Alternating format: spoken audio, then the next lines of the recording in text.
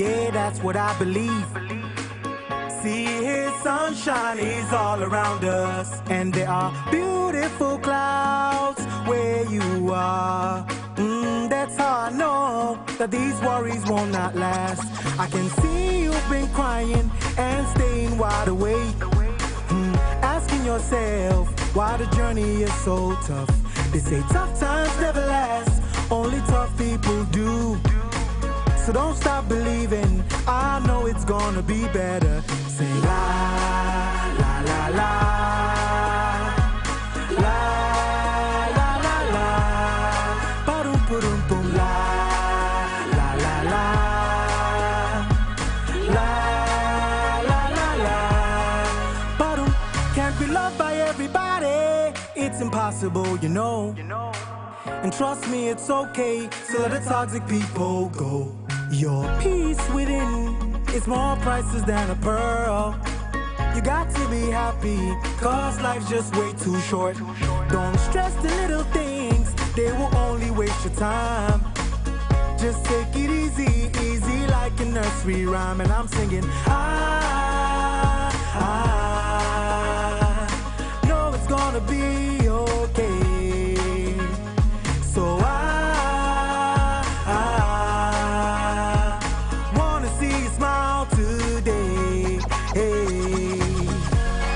just gotta be happy, man. Good days, bad days, it's all part of life. But you must keep the groove on and enjoy every single day. I'm sure you've had some happy days before. So what makes you think you can't have more? Keep on fighting and you'll see. You will soon see rainbows. Hey, come on. La, la, la, la. La, la, la, la. Ba-dum, ba-dum, boom. La, la, la, la.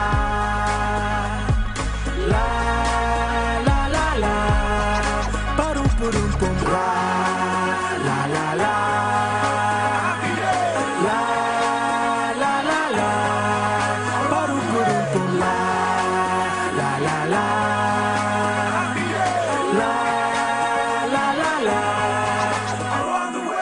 Beautiful clouds, where you are, there are beautiful clouds, where you are, oh, oh.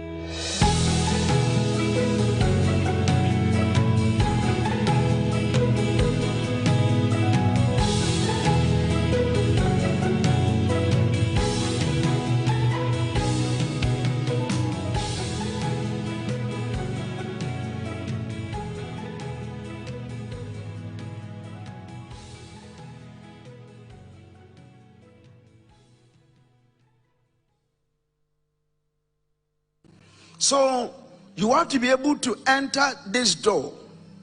When you have entered, then you can enter this second door. And I saw everyone was standing here, and they were holding keys in their hands, and they were trying to open the door, and they could not open the door. And I saw Honorable Kennedy Agyapong came, and without struggle he opened the first door, and I saw he entered, and he was waiting for the right time to enter the second door, or door number 2. And I asked the angel that works with me, what is this?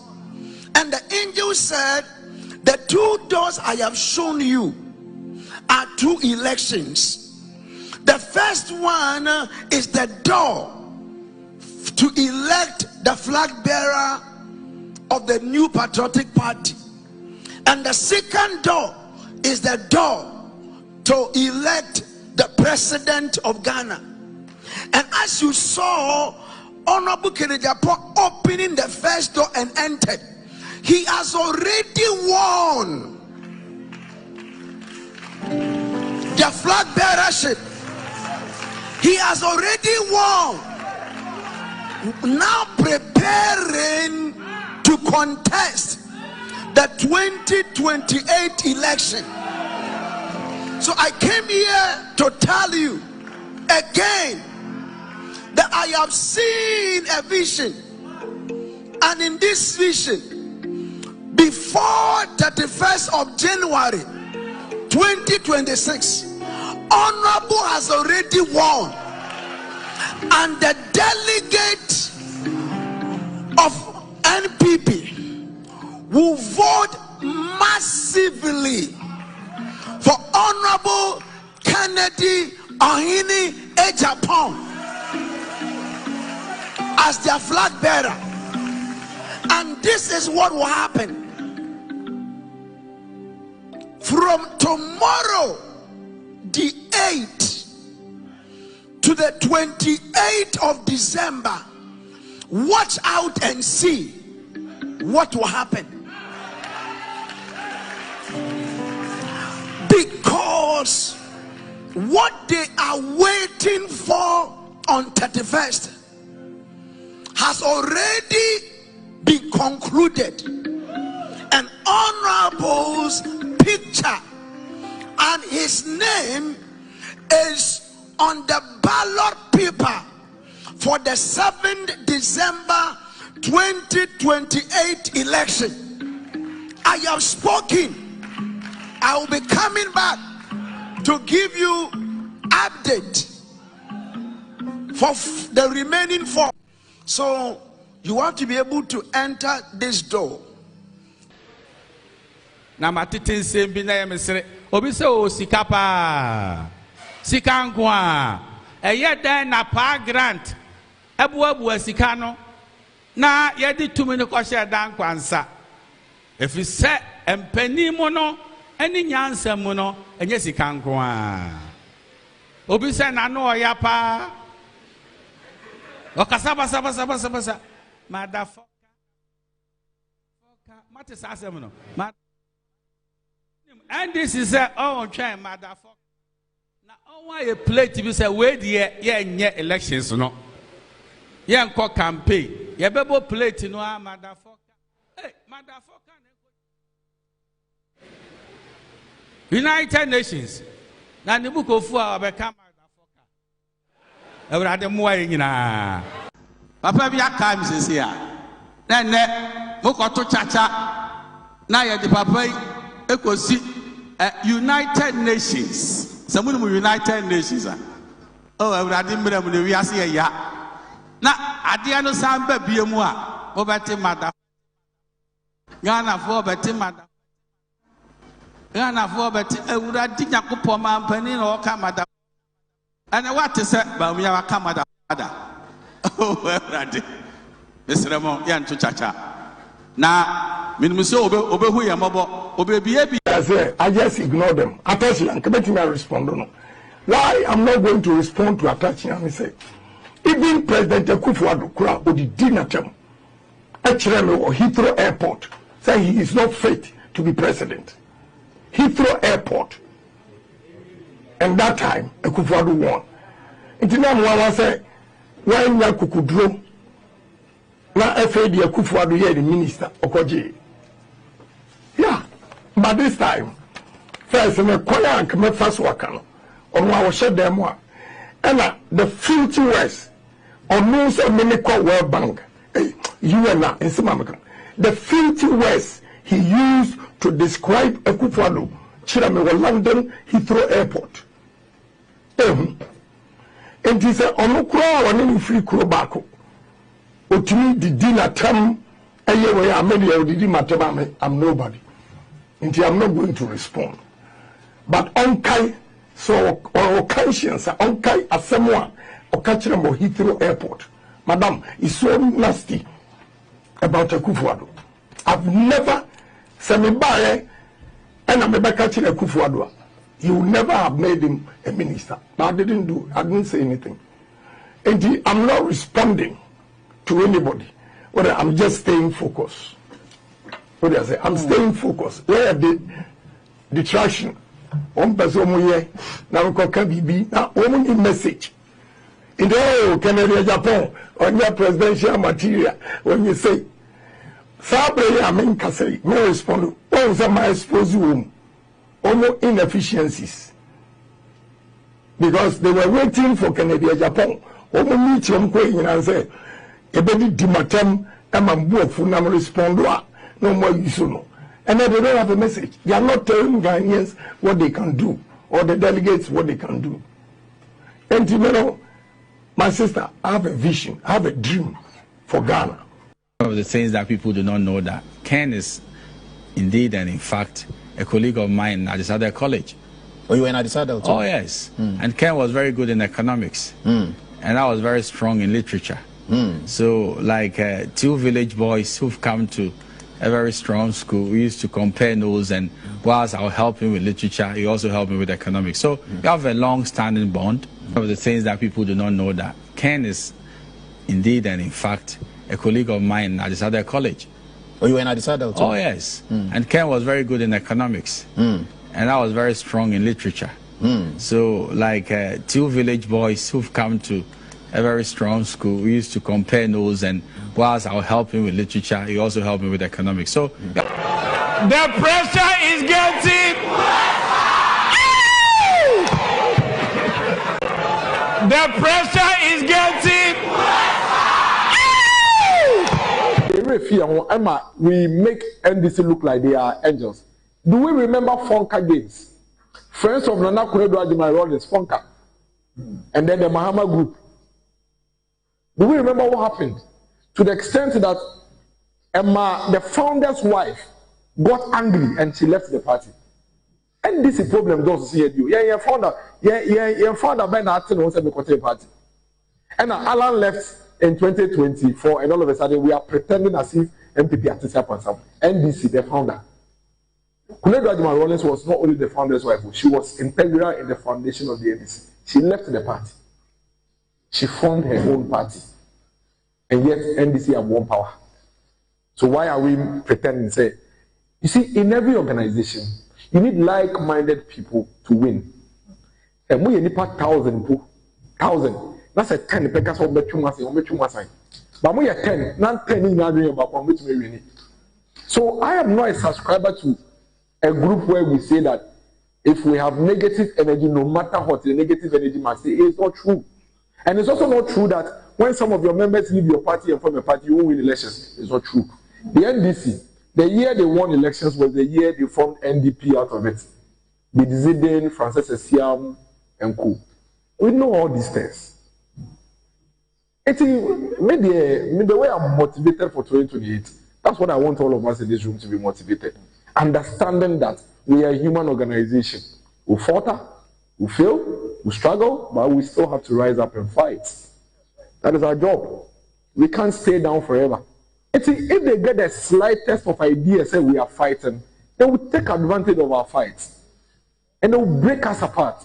But the party that was formed by our elders now, it survived Rollins, no? It cannot be said when they go to our 10, we allow that party to fail. That cannot happen. I have seen it with my eyes. And I beg all of you, don't let what somebody is saying about another person in the same group demotivate you. No. Na me there when the casa be brave now kind and titri pani jina se or see mo ikuno ehuban ye call primary see or say or no or when the candidate or support me chairman appear could be and why me candidate support but no interest say ye didi and want them enti or you see where we say we shouldn't denigrate others in our quest to promote our candidate. Which I think is a very, very, very profound statement. I will say it clear. I have suffered so much because I have made it clear that I will never openly support any of them. Ya chimi waha, me se me declare ne ana ochina. Me juma ne se me ni munina ya juma ni, and that is our assignment. Nyame ya aduma efina omoye omo bebrebe yi atemdidie bebrebe yi nya ebe yi no ne yakoto sabo ne ato samana ne ato nkum ne ato powder ne adware fine ne asenata ade ne abon powder asra no na ye na kodwaman so yetu abaye wie ye research ewie yenim se aban ene ye party yaye infomso bebre ewo ye governance no mo niema wo ho a afise ye beye yanye ye mebi tu wo ho a ye ya anka ye hu from the background so a ye enti mejina ha ye nyina ye ka ho bi vice president ministers MPs board chairman appointees yenyina yayem from so pacho momfanche yen why momfanche yenyina ya from so momfanche yen na yesua ye lessons nyame adom ena mode franka ne hyemensa me be ye president ambassador ya beleni ye lessons momfanche ambassador president na yenyano. He is an experienced president. Obia waba, he served under a president for 3.5 years as vice, and Obe served 6 months as president. And Osanko election. Eko wini be serve 4 years. And no co-opposition 8 years. And our son Babem. This is a huge endorsement by the Ghanaian people. Because on my trail, you guys tried to paint him, to rebrand him in a manner. Ghanaians scratching dia no mubuefu. But he took his time, rebranded himself, and made sure say your lies caught up with you. And then Bissau said, what was the sins of President Mahama before the 2016 election? In Myanmar, Modiswano, say wako to hotel in Japan was Dubai, and wako to ship, all kinds of things you said. You couldn't prove 8 years, not a dime. Some cook and bull story about Airbus Eddie Betareno. He was whitewashed clean by the OSP. And then this is the man we are describing here. Ghanaians have endorsed him. And they feel say looking forward and going forward. Among all these number 5 people you people are putting out there, he still stands tall. And they want to give him another opportunity. I have spoken to people, several hundreds of people. Some have called me since I made that statement on this platform. I'm afraid, Mati Bebri, a lot of youth organizations. You can't buy. I'm telling you the truth. I tell you no lie. They say, Opa, you go feel bored and best. That time will come. Sabi Makato said we'll test the law. Yeah, you've said I said it. You still stand by, sir, we will test the law. They say we will test the law. It's a constitution, but no what Koti, the constitution doesn't permit. Yes. We will see when the time comes. Your corner constitution they say yes. But until then, we will work hard towards this agenda to ensure, say, what the people want, we present it to them. Because we were in this country. We left this country in your hands. It took us 30 years backward. 30 years backward. Destroyed everything that looks like hope in this country. Daniel Kufuor's regime. And now your finance minister has run away, a fugitive of the law. Your friend of crowd, you are not continuing back. Look at the number of cases we have around. And cumulatively, no correct school for so keke, or school correct a juma, national service, look at the kind of money we are discussing. To me, see schools, to me, see hospitals, to me, you know, individuals stole this money under your nostrils. Allegedly, they are standing trial. I hear you, Marty. Yes. Allegedly.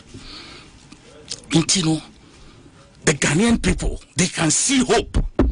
Mahama is the hope. He's the hope. He's the hope for Mother Ghana. It's not a fluke. Do you understand? That's why I gave you the antecedents. Our experience. Experiment. You are not coming to experiment.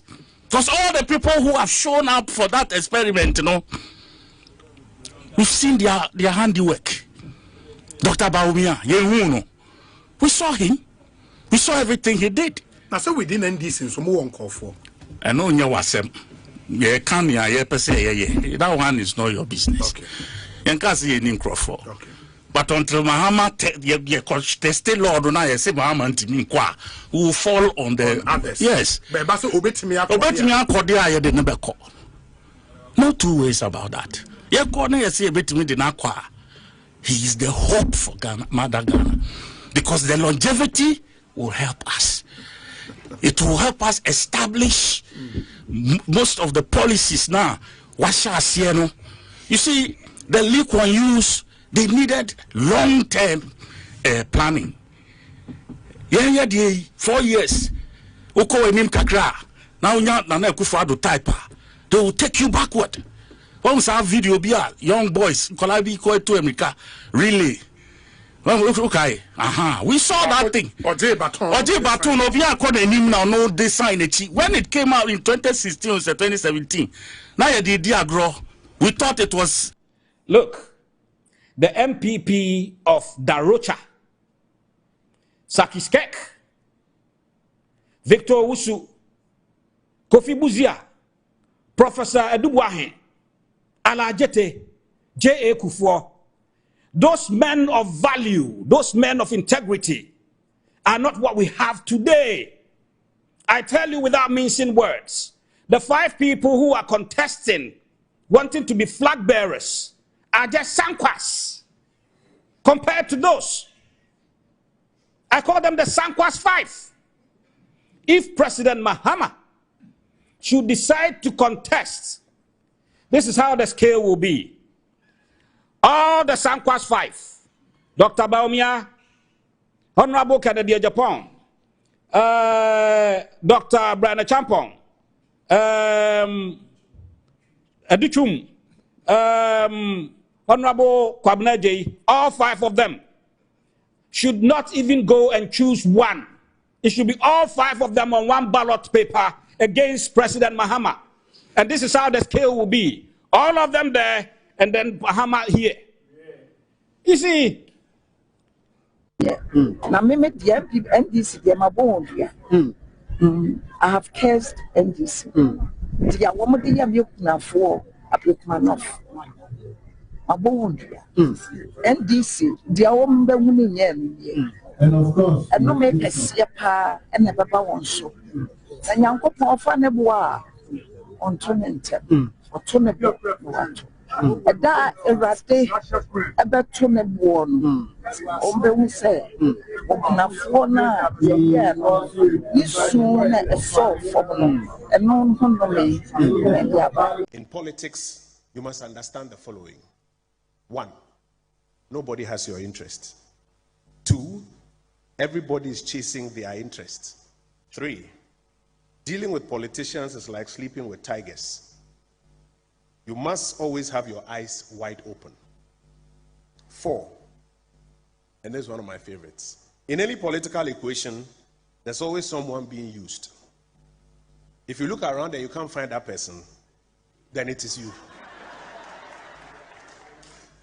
5, serving politicians is like a bandage on a wound.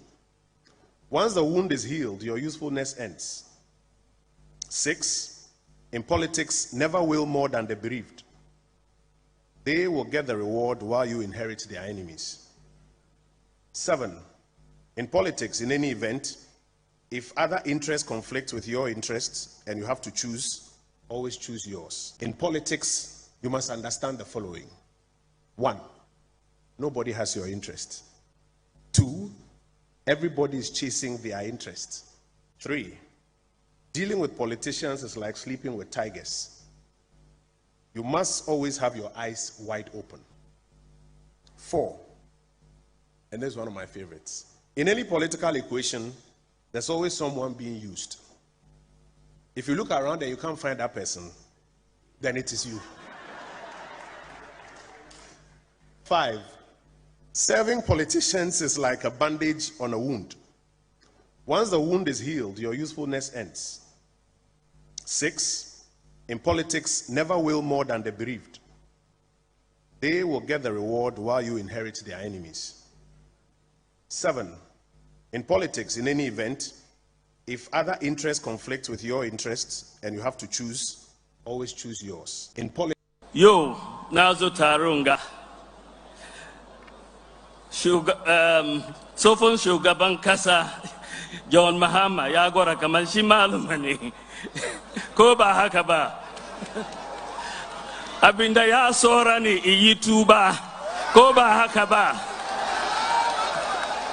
Abindaya Sorani, Iyituba, Koba Hakaba.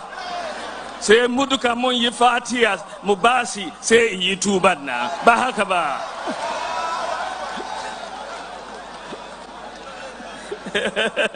Malam John.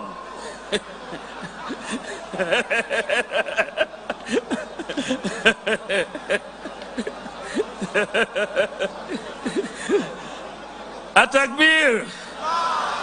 Atakbir! Atakbir! Yo, Nazo Tarunga. Sofon Sugar Bankasa, John Mahama, Yagora Kamalshimalumani, Koba Hakaba. Abindaya Sorani, Iyituba, Koba Hakaba. Abindaya Sorani, Iyituba, Koba Hakaba. Say Muduka Munyi Fatias, Mubasi, say Iyituba na, Bahakaba.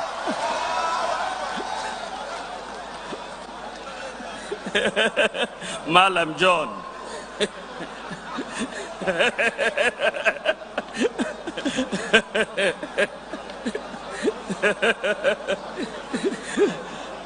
Atakbir!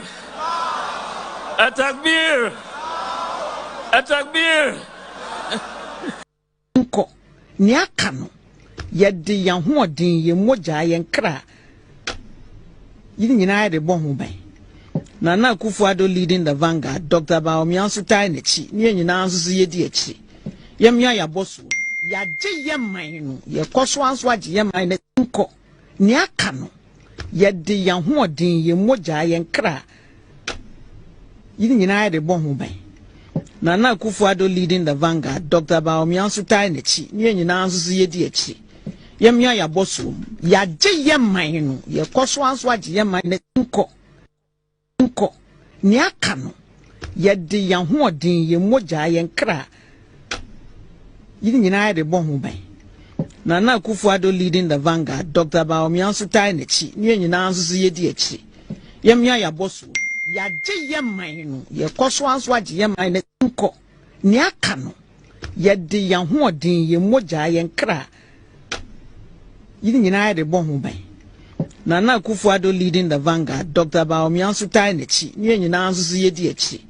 Yemia ya boso. Ya je yeman no, ye koso. Mr. Dabra, you're welcome to Joy News. Thank you very much for having me. I am particularly excited that we get a chance to speak to you because you rarely speak. Well, I felt like speaking today because you know the joy of having the mandate and being able to make things happen is what is resonating with me.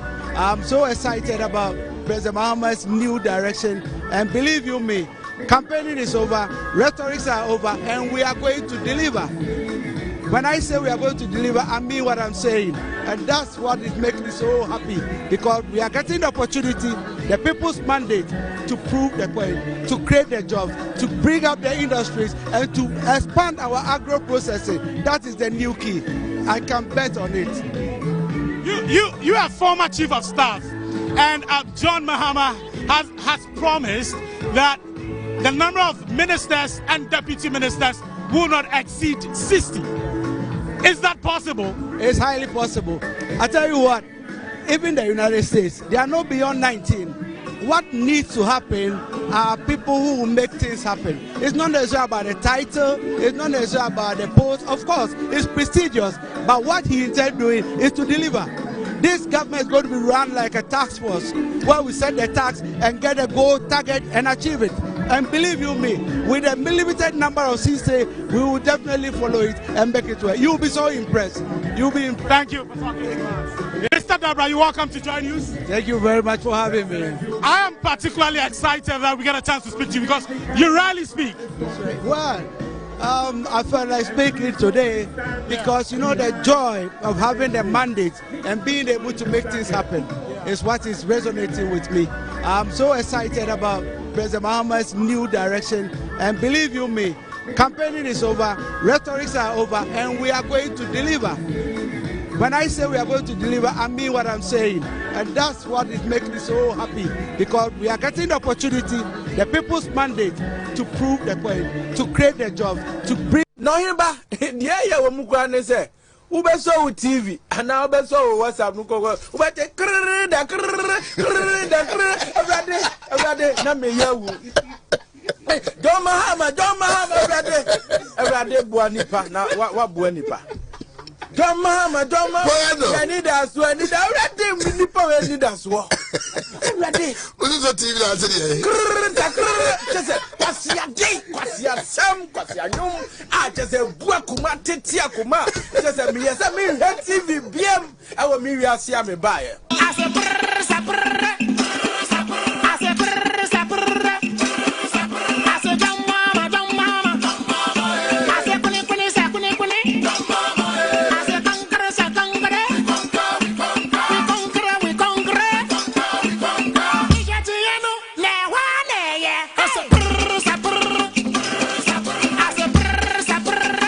no himba yeah we mukwa ne say ubeso TV and now ubeso WhatsApp nuko ubate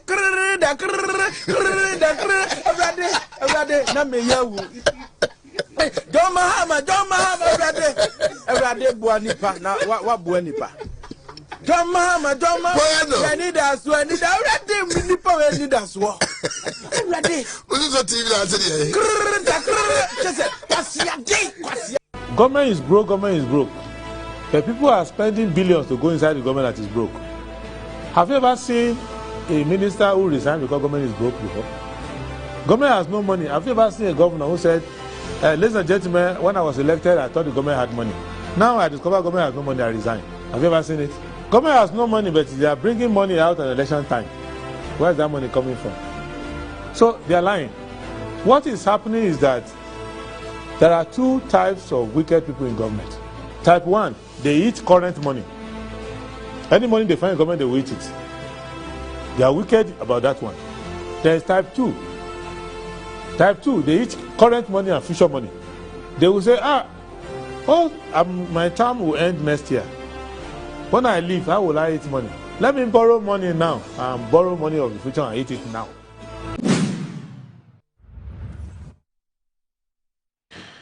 Assalamu alaikum wa rahmatullahi ta'ala wa barakatuh, and Juma Mubarak. Let me say a very good morning to our Muslim friends who today will be thronging to the mosque to pray to the Almighty Allah. I want to say that Juma Mubarak to all of you.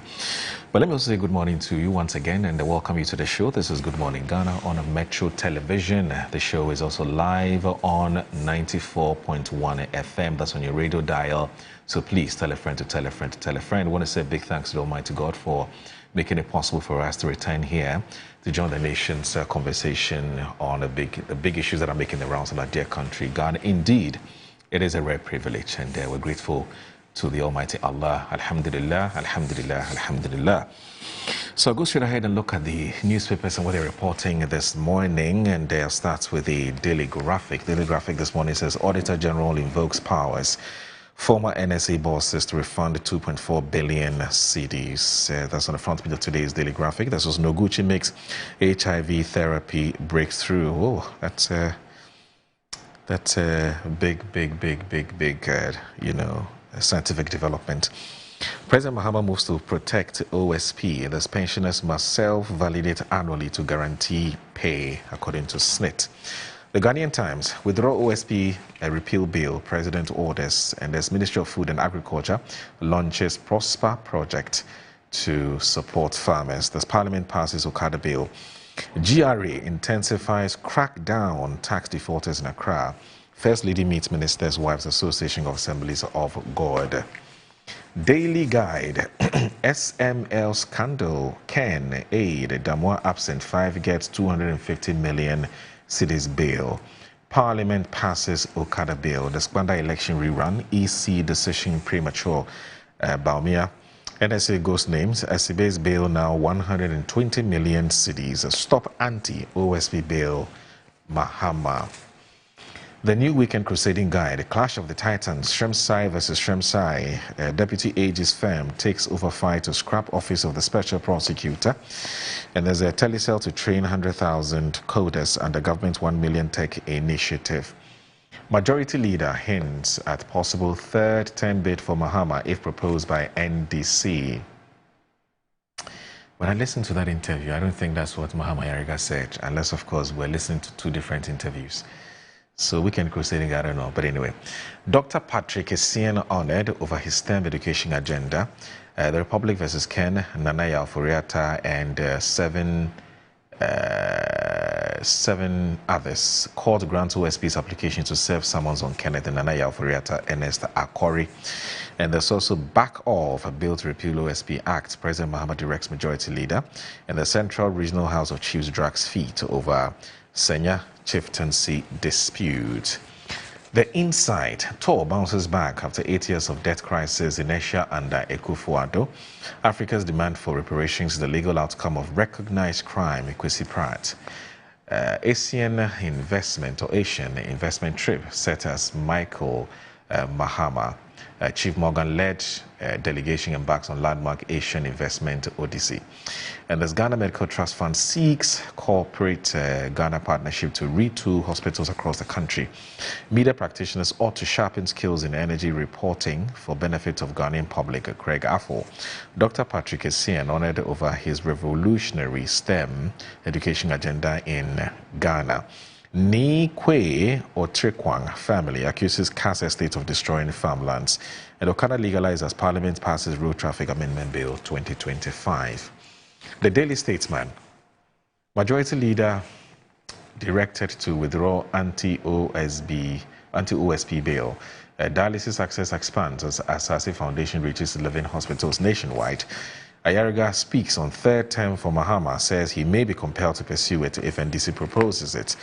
Baumia condemns indecent haste in Kwandai by-election. The Herald. Mahama's surgical operations on Special Prosecutor's Office revealed blocks repeal but petitions hang around Kisie Jabeng. Otunfo runs from Daddy Lumbe's funeral arrangements, and there's $8 million romance karma targeted elderly Americans. The store boss celebrates recovery gains made at refinery, urges responsible energy reporting. Trasaco dismisses Nwastu's claims over disputed land. The Catholic Standard. Naimos Galamsey fight suffers major setback. Logistical constraints, interference by chiefs and politicians cited. The TUC minority raid over killer utility hikes. Workers warn, no pay rise, no bails. Asantehene steps in, hope rises for Boku peace. And there is an editorial, as you can expect. Utility increases demand justice, not burden shifting. Now, after Farmers' Day 2025, tough questions linger behind the celebrations. All right, so that's it for the papers for today. And yeah, so okay. So let me do this quickly. Yes, sorry about that. So Metro Lens, it says V praises NHIA for achievement, urges more public engagement.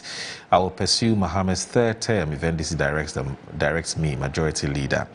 Jospon evangelism mission ends with call to praise. That's with the Metro Lens. And then there's the Inquisitor. Creepy agenda against OSP. JM shames rogues. And there's Goldbot holds BOG down with $10 billion help. Final family funeral for Manebuama tomorrow, and there's Choose Bamia for Victory 2028, NAPO to NPP executives. The Informer today reports that Bandai election rerun. Bamia condemns Parliament, EC, following attempts to weaken Ghana's democracy. Jospon celebrates God's faithfulness as he marks annual Thanksgiving. There's Mahama embarrasses Ayariga, others over reckless calls for OSP closure, directs withdrawal of proposed bail. Toshi under fire for lies and attack on Baobia. A medical trust fund seeks partnership with Pfizer for timely medical, supplies. We should be producing. I was here. Why should we always be partnering an international organization to get these drugs anyway? That's just my thoughts. Anyway, so that's it for the newspapers and their front pages. So please stay with us. This is Good Morning Ghana on Metro Television. So here are our guests who are coming on the show today. Felix Ofosu-Kwakye is the presidential spokesperson and also the Minister of State in charge of communications and also MP for Abura Asebu Kwamankese, that's his constituency. And also Dr. Bernardo Kuboy is a former MP for Lejokoku constituency and also former Minister of Health. So stay with us. This is Good Morning Ghana on Metro TV. You can expect some of these issues. So 1 year since Ghanaians went to the polls, reflections by our guest, and also is JM still considering a third-term agenda, despite the fact that he said he's not going anymore? Has anything changed? Felix will be telling us all that. There's also calls for the OSP to go and matters are rising. All these and more on Good Morning Ghana. Please stay with us.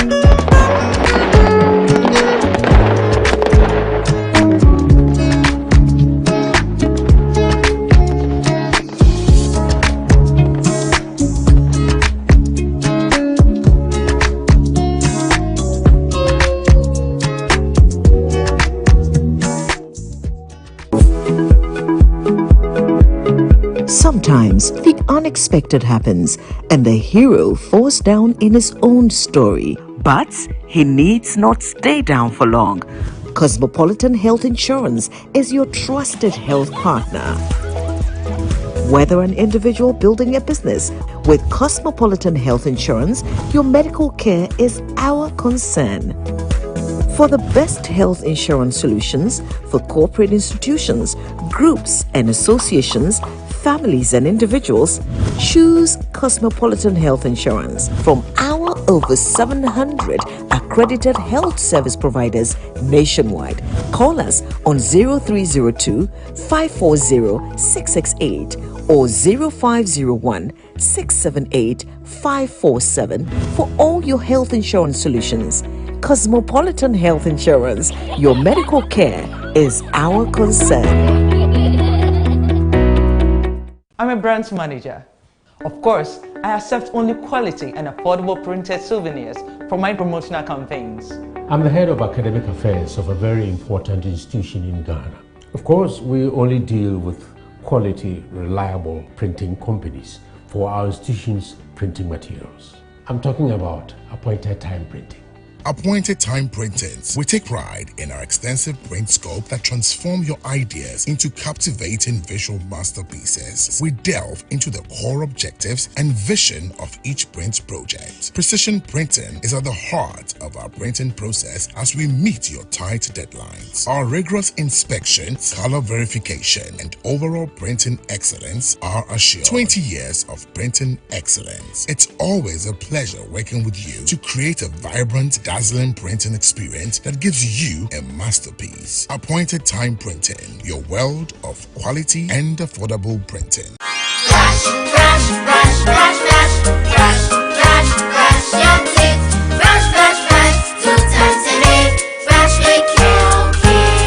Hello, my friends. My name is Calkit Toothpaste. Wow. I was made to be gentle on your gum but protected.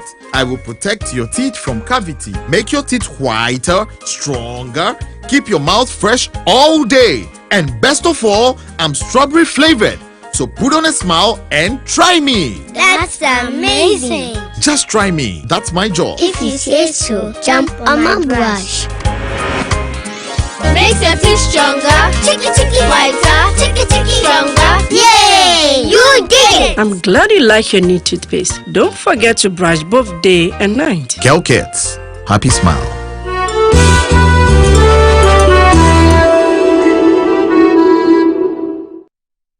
The biggest cultural explosion of the year is here. The Afro-Brazil-Ghana Festival 2025. December 12th and 13th at the Kwame Nkrumah Memorial Park and Mausoleum. It's coming alive with 2 unforgettable days of culture, food, fashion, and music. Enjoy electrifying performances from Fancy Gadam, Adele, Go Get 'Em Episode, Wiyala, Amanziba, Big Twins African Music, and Dance Ensemble. Simon from Burkina Faso. And representing Brazil, a lead crew. This historic festival is organized by Big Twins African Music and Dance Ensemble in collaboration with the Embassy of the Federated Republic of Brazil in Accra, supported by Ministry of Tourism, Culture and Creative Arts, Ghana Tourism Authority. Learners, this is your moment. Showcase your products and services to the world. Tickets available at AfroBrazilGhanaFestival.com. Media partners.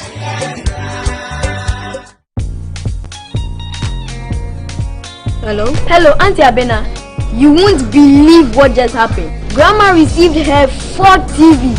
4 TVs? Yes, 4. Okay, I'm coming. I'm not able to. It's like a scandal now. You are using it to spread grandma like that. Spread grandma? 4 TVs, 2 fridges, microwave. Abba, Kojo, why? Do you want to open an electrical shop for her? Hey, no! It's a regular 100 cedis I send her. I'm sure it's Uncle Atu. Let's call him. Atu? Why? Atu? Why are you spreading a grandma with appliances? Me? Spread who? When? How? Please, oh, it could be Amma. Let's call Amma. Let me call her.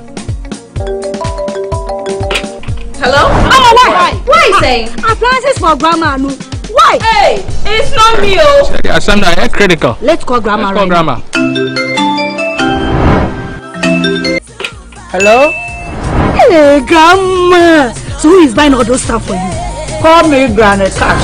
Grandma know the joke, the luckiest. If they do me 5 pounds per year.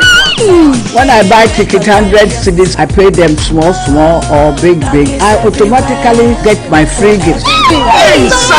Yes, so with the luckiest, anytime you buy tickets up to 100 cedis, whether small or at once, you are guaranteed to win a free gift. TV sets, fridges, hampers, airtime, cash. Remember to dial *712#, choose option 4 and follow the prompt. With the luckiest, everybody wins. Even Granny Cash.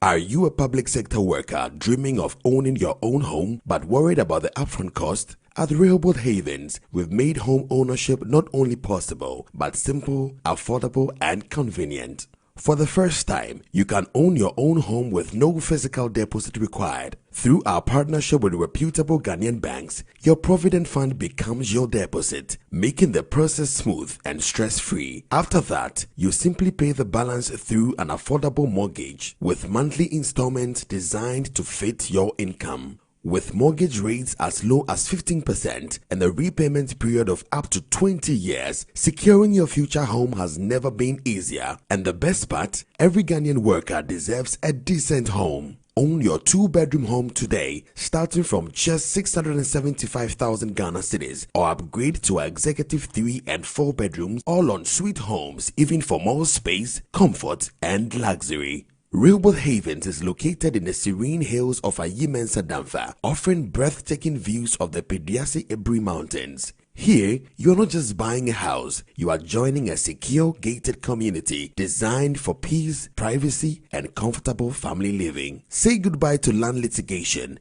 building stress, and construction delays. Say hello to your own home. Move-in ready and free from legal complications. Secure your retirement now. For more information, call us today at +233 55 375 1933 or +233 20 682 3524. Rehoboth Social Housing. Your housing dream becomes reality.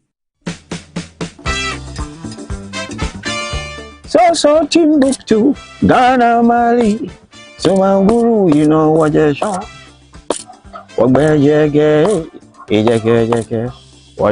Hello Ghana. A rollicking experience is about to happen at the Metro TV station on the 20th of December this year, and it is the Jollof Festival. I want everyone, and I implore everyone to be part of this experience. Never before. Amanziba says so.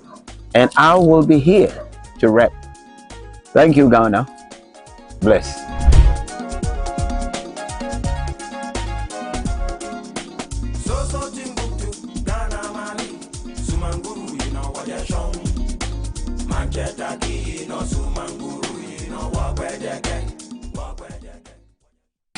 It's happening this December.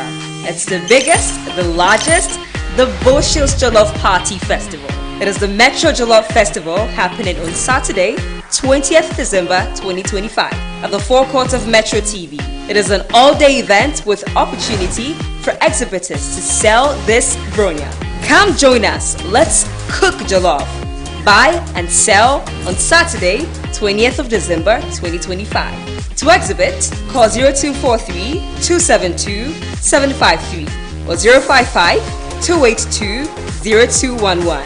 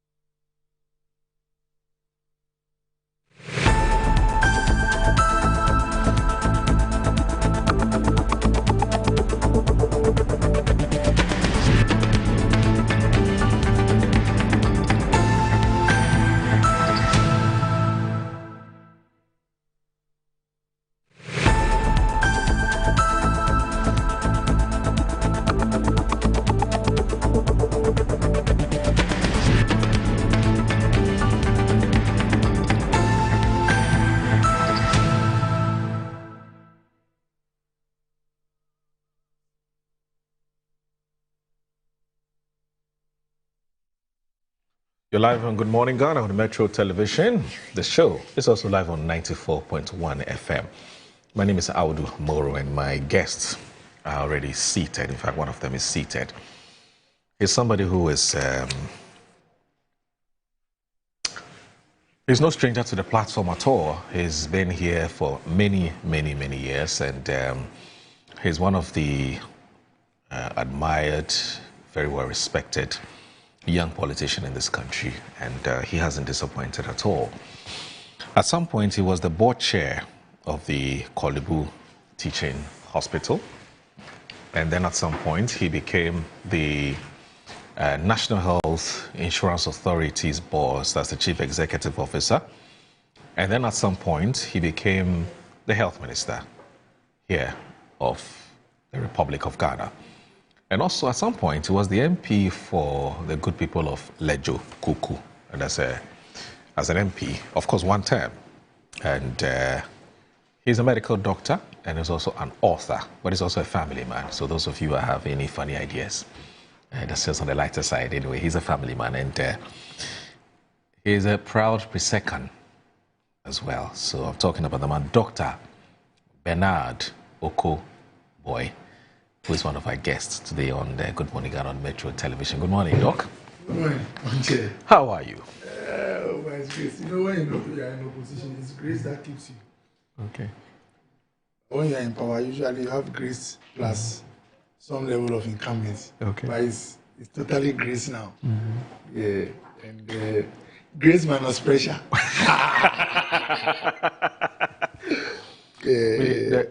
The pressure has subsided a bit, eh? Oh yeah, the pressure comes down, of course, obviously, because when you find yourself in how do you call it, position where people think that you can help to influence some activities that would inure to their favor, they would definitely call on you and all that. So it's to be expected. It's part of the job. And sometimes when you are able to deal with the pressure over time, it becomes part of your life. And you don't see that as a lot of stress on your body and on yourself until you are in a position and then realize that all of a sudden the pressure, you have some residual one. A few people will still be coming, but at least it's not like whilst holding office. So I don't envy people like my brother Felix and those in power at all. Even we also go and add to the pressure. When people come to us with all kinds of requests, you know that you don't have the access. You try and talk to your friends. So it's a good thing. I say that everywhere you find yourself in life, when things get better, start preparing for worse times. Right. No condition is permanent. Immediately you think like that, it even affects your behavior. And that's why I'm happy that we'll talk about some of these cases unfolding now, where speak Banda and all that. Some of the things you do or engineer today can boomerang and come back in the future. So, I mean, I wish this government well, but opposition is also very critical. You know, when you look at common law jurisdictions like the UK, England, where we took most of our civilized structure from, right, they refer to the minority as the Queen's minority. The opposition as His Majesty's or Her Majesty's opposition. Right. Is to tell you that just as the leader is critical for the efficient running of the government, so is the Queen's opposition. Because in life, anyone who is not criticized or checked with time, I mean, gets lost. Right. You know, so and before I forget, let me also say that so far so good with the show. I miss having you sometimes, and now I'm happy that every time we are on the show when we come, and I miss the other guys who are now running Cocoa Board and all that. Yes. And at least the good news is that because of my connections, I'm going to the World Cup. I mean, I'm not even asked, but I know that if I go to Chad and sit at the entrance, David will give me ticket. If David doesn't give me, Randy will give me ticket. So, I mean, the show has helped us to win power in the past, has unfortunately made us lose power in 2024, and now it's taking us to the World Cup. So it's good to be here. You never know. This is your World Cup matter sounds more like a threat. You're not giving the people the opportunity to say. Oh, come on. Worst case scenario, ADC to Dr. Randy Abbey, AD camp. We'll sort you out. That one holding the bag. I mean, it's not difficult. Anyway, I mean, do you miss public office?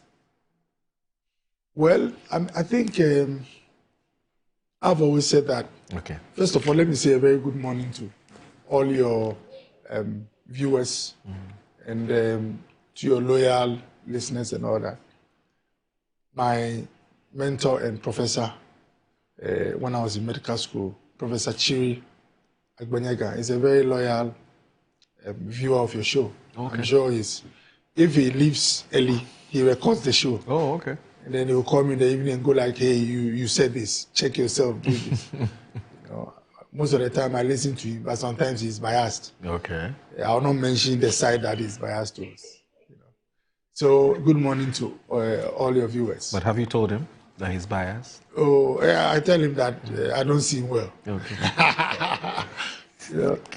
So yeah, I think public office, I've always maintained that my motivation for going into politics or being in the public space is to get the tools, to get the opportunity to advance the cause of many people. Right. That's my motivation. Now, I have realized through experience that you still can help people outside public office. And so really, I don't miss public office that much because even outside office, there are people in this country with good hearts that I'm able to work with to help others. When I say help others, economic help. Someone needs something, some few funds or access to some credit to start a business. I have some few guys that even for the past 1 year, I've heard about 3-4 people to get work and pay vehicles at very discounted prices. People who would have been at home with family, but now go to work and are taking care of their family. So that is the true joy that comes from a service to mankind. And the honest truth is that in government, in public office, if you mean well and you are driven by compassion for your people, you can do times 100 of what I'm able to do outside public office. So the satisfaction is greater in public office because you're able to help more people. I know youth that youth that were qualified to enter the security services. I didn't charge them a dime. I sort of threw it out there that, look, if you are qualified, come forward, apply, we'll see how we can assist. And some of them are wearing uniforms. Sometimes I'm driving and someone stops me and says, oh, doc, do you remember me? I said, no. Oh, but you assisted. When we applied, we all passed, but, and I'm like, oh, we give glory to God, So that is the true joy in, getting into public office, especially for politicians. For a civil servant, I can say that your true joy should be that through you are able to protect the resources of the state so that people don't fleece the state. Through yourself, Ghana is able to put in place the machinery that is able to help increase our productivity and then to improve the lives of our people. If you look at the 10 laws of economics, one of them says that the standard of living of the people in a country is a function of their ability to produce goods and services. Absolutely. So the reason why the quality of life in Germany is very high is that those who live in Germany, the citizens, they have skills and capacity and technology to be more productive compared to us. And so the point I'm making is that without the machinery for the state to help its citizens and to work with the citizens to be productive, you will not have the kind of the standard of living that you need. And look, we should not miss the mark. Sometimes politicians get excited. We are fighting in parliament. We are doing this. When all is said and done, why are we in this space? We are in this space to make sure that whoever is watching this show, wherever they are today, through our behavior and engineering and policies, they become better off next week. If the person is into selling, let's say, packs of water, and they do 40 packs a day, through our engineering, they should be able to be doing 80 packs, let's say, in 6 months. It should not be the case that through our actions, they are unable to now even sell 40 packs. You know, so it's a constant reminder, and that's what makes you focus. You know, I mean, when we get into these issues of OSP, and we are discussing should it go or not, private bill, I tell people that there's always an opportunity cost to being overly excited about things that I call on the margins. Let people do their work, but focus on the essentials, because the energy you are spending on these things could have been spent on others. Look, I'll challenge you. There is one thing that any government now that decides to take a serious look at, immediately through that will create tens of thousands of jobs for the youth. Why don't we have an airline, even if it's a regional carrier? I'm not talking about transcontinental, regional carrier. To fly from here to Abuja, to Sierra Leone, to South Africa, to Nairobi. Why can't we have an airline? Go to Addis Ababa. Look at the chain of jobs. A quarter of the country is connected to Ethiopian Airlines. From those who are on the ground crew, to those in maintenance, to those doing catering, to those doing ticketing, to tourists. It's a whole chain. Yeah. And the biggest problem we have as a country is youth unemployment or lack of opportunities. And Moro, this regional airline, which can even have bits of transcontinental routes, will not come by chance. You must have policy. You must have a thinking forum. You must have dedication of resources. It must reflect in a budget. Some people must be put in office. A whole establishment must be set. The shareholding structure, so that we don't repeat old Ghana Airways. But you know, sometimes I cry for this country. If Ethiopia, with all respect to them, without any prejudice, bro, Ethiopia, when Ghana Airways was Ghana Airways, Ethiopia, they were not even running, how do you call it, transport services. So why is it that you have a situation where Ethiopia now is the biggest regional airline in Africa, and we are not starting? And the last time when His Excellency John Dramani Mahama spoke some time ago, I think he said that they were meeting some people to see how to put in place an airline. The 8 years of President Akufo-Addo, I know that there were meetings happening. Bro, so I'm just reminding them that the meetings and the intent is not enough.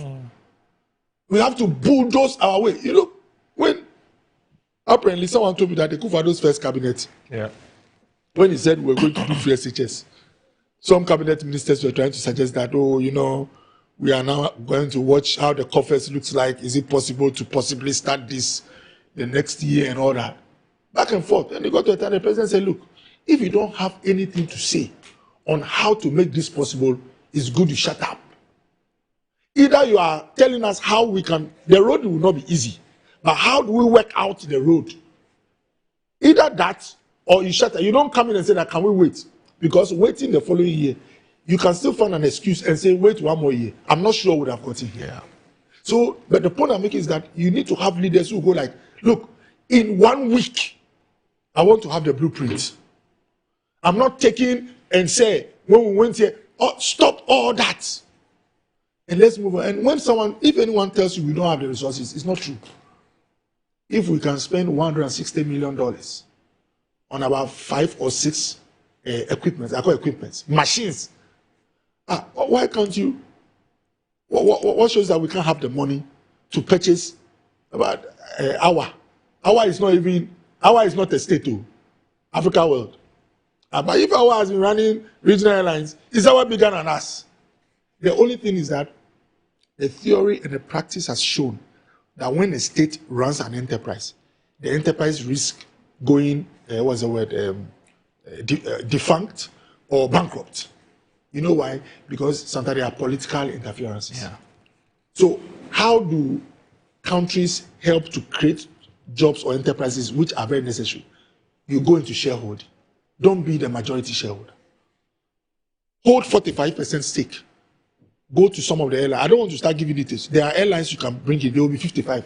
Not with money, but with their management, their aircrafts and all that. It's done. No, it can be done. Yeah. You know, so for me, these are the things that I'm looking forward to. That's not to say don't chase corruption, accountability. Yeah. Let those institutions that have been put in place be doing their work. Okay. But let's keep our eye on the ball. Okay. You know? All right. I like your opening remarks. I think it's food for thought for our duty bearers to have a rethink about our development paradigm. Absolutely. You know, so I like this. It's good. So you're watching Good Morning Ghana on Metro Television. The show is also live on 94.1 FM. Let me remind you that the big event was coming up on the 20th of December. It's about the Metro TV Jollof Festival. In case you're hearing about it for the first time, Dr. Bernard Okoboy likes his jollof, and our next guest, Felix Kwachufus, also likes his jollof. We will be giving them an official invitation here. On the premises here of Metro TV, they'll be joining us for the biggest jollof festival ever to be witnessed in the annals of the history of this country. It's called the Metro TV Jollof Festival. It's happening here on the premises of Metro Television. So it's free food, good music, fantastic music. The vendors here, jollof vendors, they cook jollof for a living. They cook and sell jollof for a living. And it's all about the Jollof Showdown. So Nigeria will be here, Sierra Leone will be here, Senegal will be here, Cameroon will be here, and then Nigeria will be here. So is it going to be Ghana, Nigeria, Sierra Leone, Cameroon, or Senegal? Who wins the coveted prize as to the best jollof cook or the best jollof maker? We'll find all out on the 20th of December here on the premises of Metro TV when we launch the Metro TV Jollof Festival. So don't miss it. It's free entry. It's free entry to all and sundry. But if you want to participate in this and you're a vendor, or you know somebody who is a vendor who would want to participate in this, please ask the person to call the number 0243 272753. 0243 272753. There's another number, 055 282 0211. 055 282 0211. So if you a vendor you want to apply to be a part of this big massive event, please call the numbers that I've just advertised, and you speak to somebody and agree on a number of things, and then we're good to go. So please stay with us. Don't go anywhere. Keep watching Good Morning Ghana on Metro Television.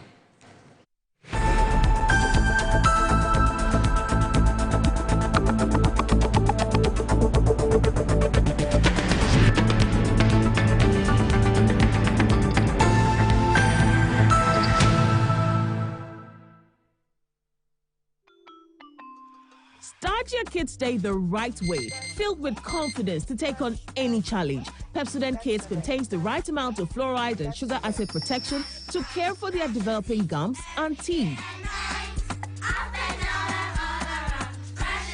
Grab either orange or strawberry so they brush with the sweet flavor they love morning and evening. Pepsodent Kids, giving your children a bright smile for a brighter future. Are you a headmaster, headmistress, parent, teacher, or an educator looking for high-quality textbooks for preschool, primary, and junior high school students? Look no further than Advocate Publishing Company. Advocate Publishing Company is a leading publisher of educational materials in Ghana that publishes very engaging, interactive, and comprehensive textbooks that meet the needs of students, teachers, and parents. Our textbooks are thoroughly published to make learning fun and easy. They are also designed to stimulate critical thinking, problem solving, and creativity in students. Make Advocate Publishing your preferred choice for all your educational needs. Explore our range of textbooks and educational resources. Visit us at the old GNTC yard near Kingsway, Accra.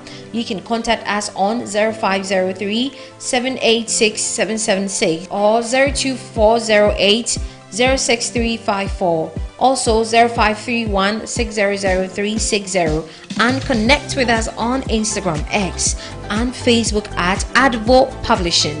Don't settle for less. Choose the best. Advocate Publishing Company, empowering young minds one textbook at a time. Thinking Publishing, think Advocate Publishing.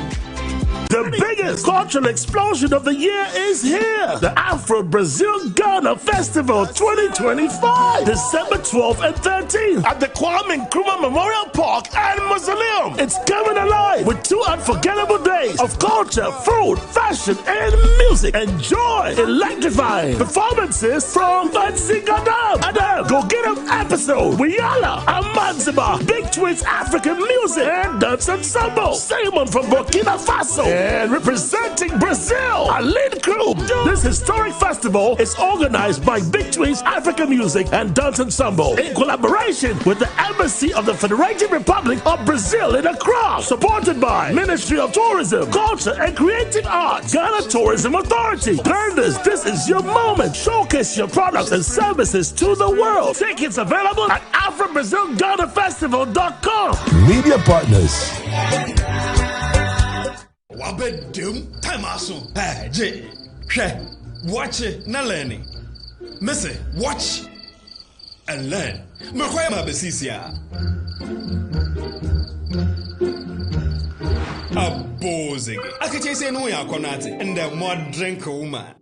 Hey, but I didn't mean. Oh, sorry. She knew her old dish. Eddie, Dabio, baby womb. Every hey, baby womb. Ah, Aji, I'll cause some discomfort. Ah.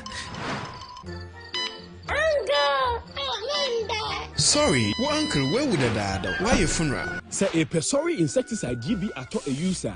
Co pharmacy in a shop biamu. Namum say a pharmacy supermarket and a shop ra. Na repedudu to a cotonwa. On for Royal Dutch and our Aerofield Trading. Effie spray with Daimwa. Change. Hello? Hello, Auntie Abena. You won't believe what just happened. Grandma received her 4 TVs. 4 TVs? Yes, 4. Okay, I'm coming. I'm not able to. It's like a scandal now. You are using it to spread grandma like that. Spread grandma? 4 TVs, 2 fridges, microwave. Abba, Kojo, why? Do you want to open an electrical shop for her? Hey, no! It's a regular 100 cities I send her. I'm sure it's Uncle Atu. Let's call him. Atu, why? Atu, why are you spreading a grandma with appliances? Me? Spread who? When? How? Please, oh, it could be Amma. Let's call Amma. Let me call her. Hello? Amma, why? What are you saying? Appliances for grandma, no. Why? Hey, it's not me, oh. Assembly, critical. Let's call grandma. Let's call grandma. Hello? Hey, grandma. So who is buying all those stuff for you? Call me Granny Cash. Grandma know the joke, the luckiest. If they do me 5 pounds per year. When I buy ticket 100 cedis, I pay them small or big. I automatically get my free gift. Hey, sir! Yes, so with the luckiest, anytime you buy tickets up to 100 cedis, whether small or at once, you are guaranteed to win a free gift. TV sets, fridges, hampers, airtime, cash. Remember to dial *712#, choose option 4 and follow the prompt. With the luckiest, everybody wins. Even Granny Cash.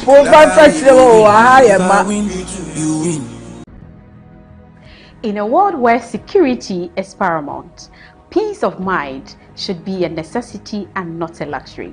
This is why Virtual Security Africa has created a special discount package up to 30% on our 4 and 8 channel high definition cameras.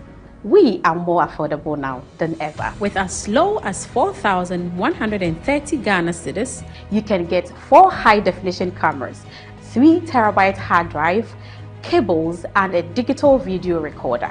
With 6,440 Ghana cedis, you will get 8 high-definition cameras, 3 terabyte hard drive, cables, and a digital video recorder. Why choose us? Because we offer top-tier quality you can trust, lifetime after-sales support, 2 years warranty, and you can view our systems remotely. Sidinua Peke.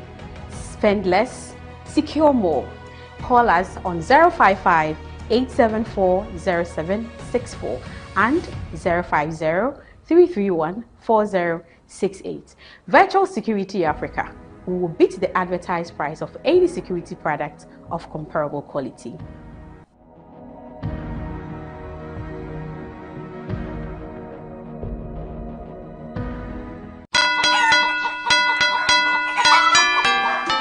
This Christmas, Cattle's Agri Limited is bringing you freshness, flavor, and festive joy straight to your home and office. Right here in Accra, Kumasi, Cape Coast, and Takoradi. Cattle's Agri, your #1 poultry plug. Fresh birds, sweet eggs, delivered with love. Get ready for our juicy Midofopa package. You get 1 broiler, 1 layer, 2 crates of eggs, plus our special chicken spices, all for only 450 Ghana cedis. Midofopa, sweet value for you. Or go big with our Coco Bolobo package. That is 2 broilers, 2 layers, 2 crates of eggs, and chicken spices, just for 800 Ghana cedis. A Coco Bolobo. More chicken, more joy.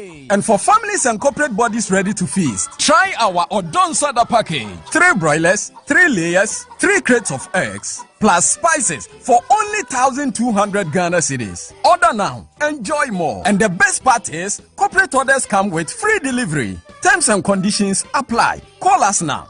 0558 376127 or 0241 674268 or 020-331-5557. This Christmas, choose Cattle's Agri Limited. Cattle's Agri Limited. Freshness you can trust.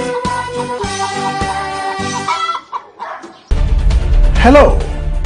Something different is taking shape somewhere. You want to know? Then let's march to the Volta region and make a stop at Ho, the regional capital. From good town rules, a new market, square, a university and an airport, among other things, we hit another junction. Ho is to be host of Ghana's newest plush gated community.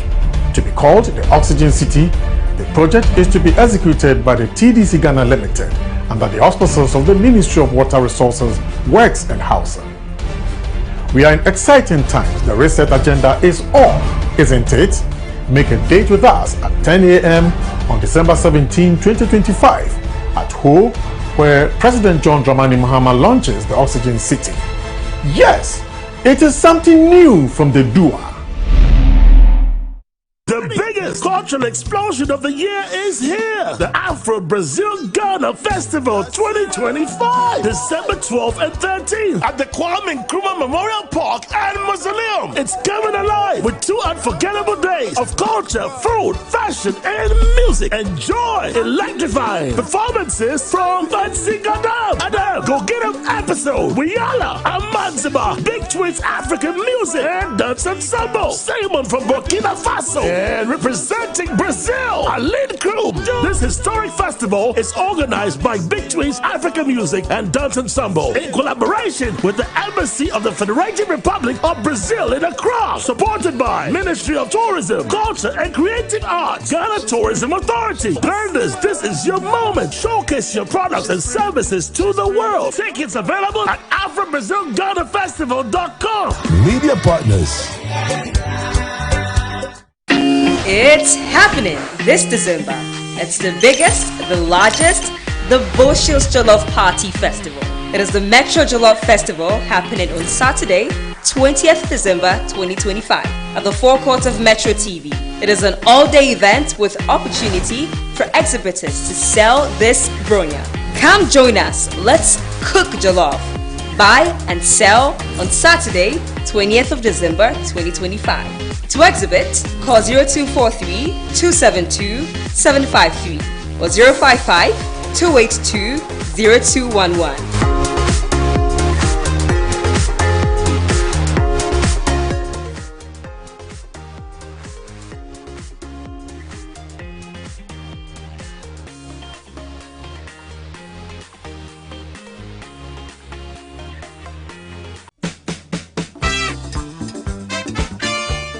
So Timbuktu, Ghana, Mali, Sumanguru, you know what you're showing.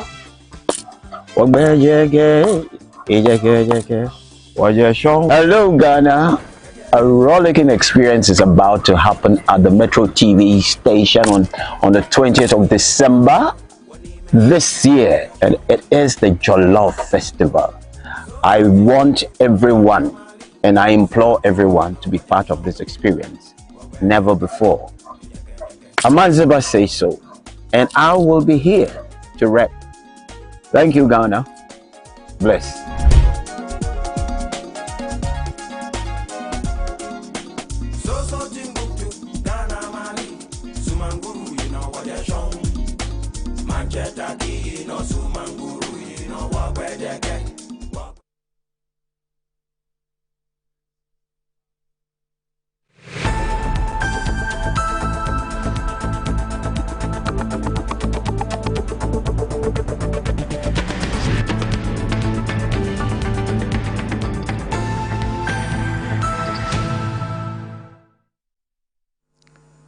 When we pause and reflect on where the Lord took us from, as you watch on the video, and where He has firmly planted us today, and the future He continues to unfold before us, we cannot help but echo the words of Prophet Samuel. Thus, Ebenezer, thus far the Lord has helped us. Indeed, our sorrow is a testimony of divine help. By God's grace, Zoomlion has transformed Ghana into an industrial excellence on the African continent. Today, we have 36 functional plants spanning solid waste, liquid waste, and medical waste treatment. Ghana stands as a true pace setter and a model of what is possible when vision meets divine enablement.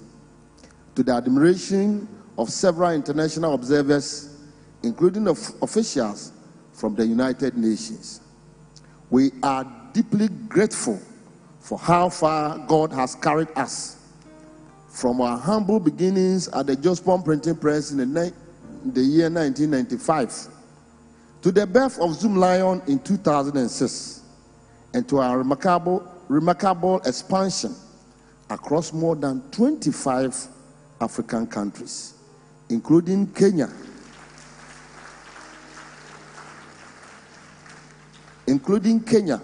Nigeria, Uganda, Ethiopia, Tanzania, Gambia, and Gabon. Truly, this is the Lord's doing, and it is marvelous in our eyes. What we witness today is not by human strength. It is not by our strategy.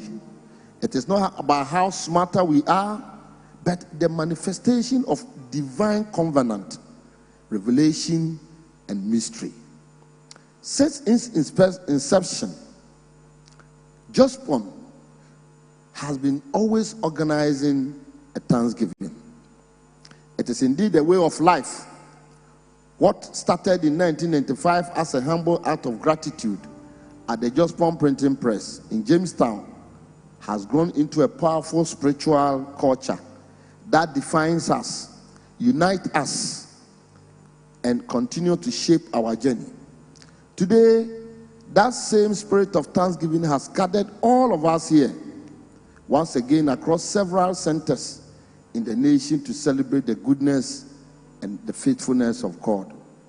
Our hearts are filled with praise and unto the Lord. Waste management globally is regarded as a vital public service. And in Ghana, and indeed Zoomlion has been fortunate to receive the consistent commitment of national leadership. Over the years, we acknowledge with gratitude the pivotal support of the late President Jerry John Rawlings. In the year 2016, 17, 18 there, His Excellency, the late President Rawlings visited Zoom Lion, our annual Thanksgiving service. He was celebrating his birthday, but he left home and came. That motivated and charged us. Our former president, Ejikumu Kufuor, also visited us when he was also celebrating his birthday and motivated and charged us. I could remember in the early stages of Zoom Lion, I was once invited by the former chief of staff, Honorable Kwadwo Mpieni, that the president wanted to see me. I was frightened. When I went and met him, he says, "Who gave you this idea?" When I wake up in the morning and I'm moving to the office, I see some people wearing red and blue sweeping. I say, "Daddy, it was God who gave it to me." What he told me that, keep on, move on. The government is with you.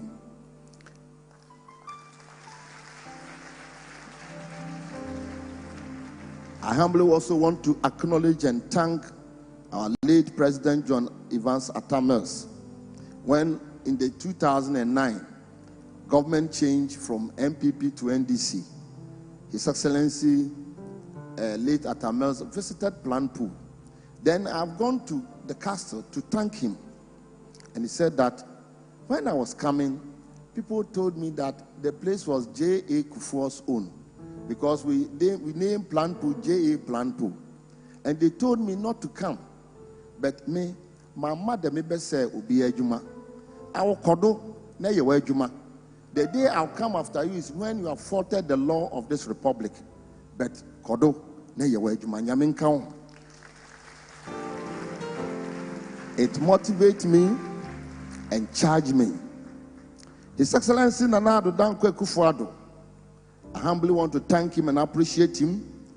During his leadership significantly, he encouraged us, and we set up ARECOPs in all the 16 regional capitals. We wish to express our deepest appreciation to His Excellency President John Dramani Mahama, President of the Republic of Ghana. When President John Dramani Mahama in the year 2016, I was there when he invited me, and he said that the fecal matter being discharged directly into the sea. He said, "Japan, I know you can do it. Move on." And then we quickly committed resources, and then we stopped a 100-year problem of waste that was discharged directly into the sea. Ladies and gentlemen, His Excellency President John Dramani Mahama was the president who introduced me to the president of Tanzania and supported us that today we have set up a plan there. We want to thank him and his wife, Lodina Mahama, and the entire leadership of government for their leadership and support to the private sector. Sincere appreciation also goes to Honorable Julius Debra, who currently serves as the Chief of Staff at the Presidency. He was previously the Minister for Local Government. I deeply value his long-standing friendship to the company and the immense support he has offered during his tenure as the Minister and now as the Chief of Staff. He continued to graciously extend his current role. His commitment and goodwill have been truly invaluable. I also want to appreciate all the ministers here. Honorable Sam George is here, and honorable members of Parliament are here, and those that time could not permit for me to mention your name. Honorable members of Parliament, whenever we see you like this, it's a motivation, it's a goodwill, and a support to our enterprise. May God richly bless you.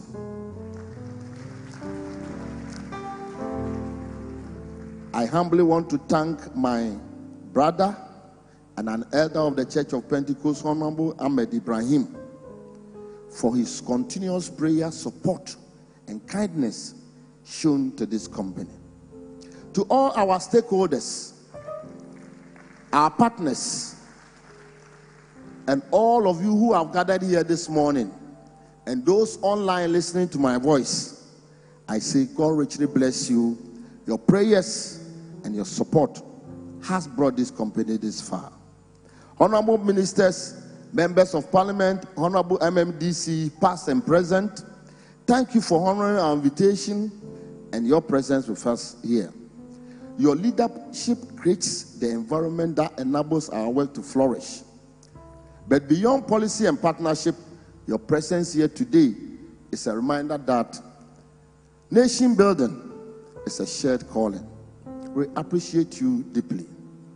To the clergy, apostles, prophets, and leaders of the Church of Pentecost, under the leadership of Apostle Dr. Eric Nyameche, thank you for your prayer and support and counsel.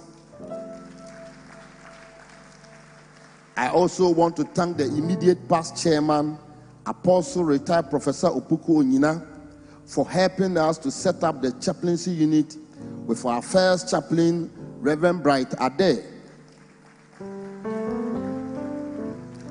I humbly want to thank the General Secretary of the Church, Apostle Samuel Jawu Bobi, the International Missions Director, Apostle Ajima Bekwin, and all the Executive Council of the Church of Pentecost. Am I an elder of the Church of Pentecost? And all this that you see is the training, is the development, the spiritual counsel from the Church of Pentecost. We also want to appreciate other speakers over the years that has graced our annual Thanksgiving service. Bishop Emeritus James Sa, Reverend Iswood Anaba, Bishop N.A. Takiya Aboy, Apostle General Sam Kranchiankra, just to mention a few. And all the apostles and men of God here, your prayers have been our covering. When the battles raged, you interceded. When decisions were heavy, you guided us spiritually.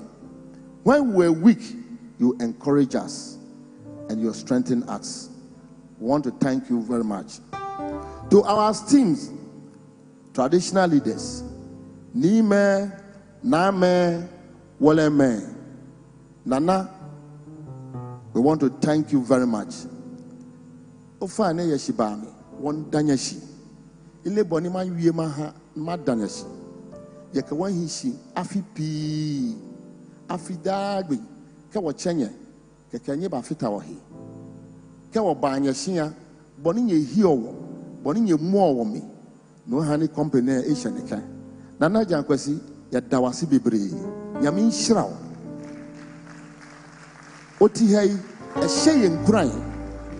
Aboa yen e ma yen ni da so se ye wo nipa kase a mo ta ye chi. Nana nyame nhyira wo. Your blessings and your counsel, traditional leaders, and your support remain priceless. Your continuous availability to engage with us is deeply appreciated. We stand tall because you carry us on your shoulders of wisdom. We honor you with a heartfelt respect. To our board of directors, management, and all the entire staff of Zoom Lion and Jospon, you are the hands and the feet of this mission of Jospon. You have sacrificed, endured, innovated, and committed yourself wholeheartedly. Some of you prayed through difficult seasons. Some of you work overnight. Some of you believe in all circumstances when all issues look uncertain. Today, I want to say we appreciate you all, employees of Jospon, including the drivers, the janitors, the mechanics, and everyone. When we had the idea of putting up this structure, the whole entire management and staff supported that let's do this to the glory of God. May the Lord reward you. And may the Lord repay you. I want to thank and show and express gratitude to the National Chief Imam, His Eminence Sheikh Dr. Osman Nuhu Shaributu, and then the Muslim community for their wise counsel and prayers. Every year, His Eminence will meet us and pray for us. There was one time he walked from his house, came here with all the clerics of the Muslim community and prayed for us. Sheikh, God richly bless you. And now to the people of Ghana, the business community, captains of industries, and every well-wishers, thank you for believing our efforts and for receiving us with a warm trust. Your hope strengthens us. Your confidence pushes us to do more. Your support humbles us. May God bless every Ghanaian whose life touches ours in a way, whether seen or unseen. Thank you very much. To our instrumentalists and our musicians, Dr.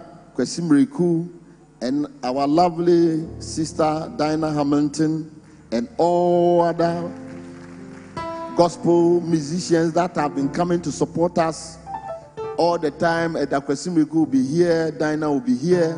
Dinah, Eda, God richly bless you for your love and commitment. Permit me with utmost respect to express my special appreciation to my dear wife, Dr. Mrs. Adelaide Ejapon.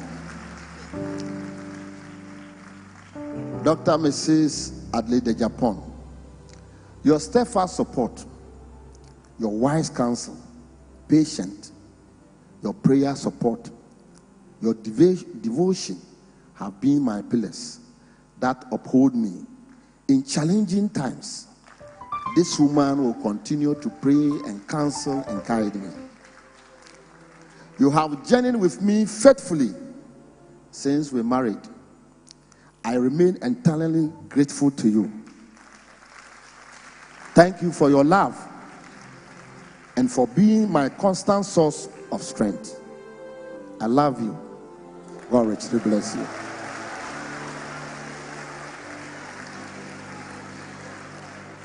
Ladies and gentlemen, from the depth of my heart, I say thank you to all of you. Thank you for standing with me. Thank you for believing in me. And thank you for being part of this story of grace. May God bless you richly. May God bless you and bless our beloved homeland, Ghana. Thank you. Chairman.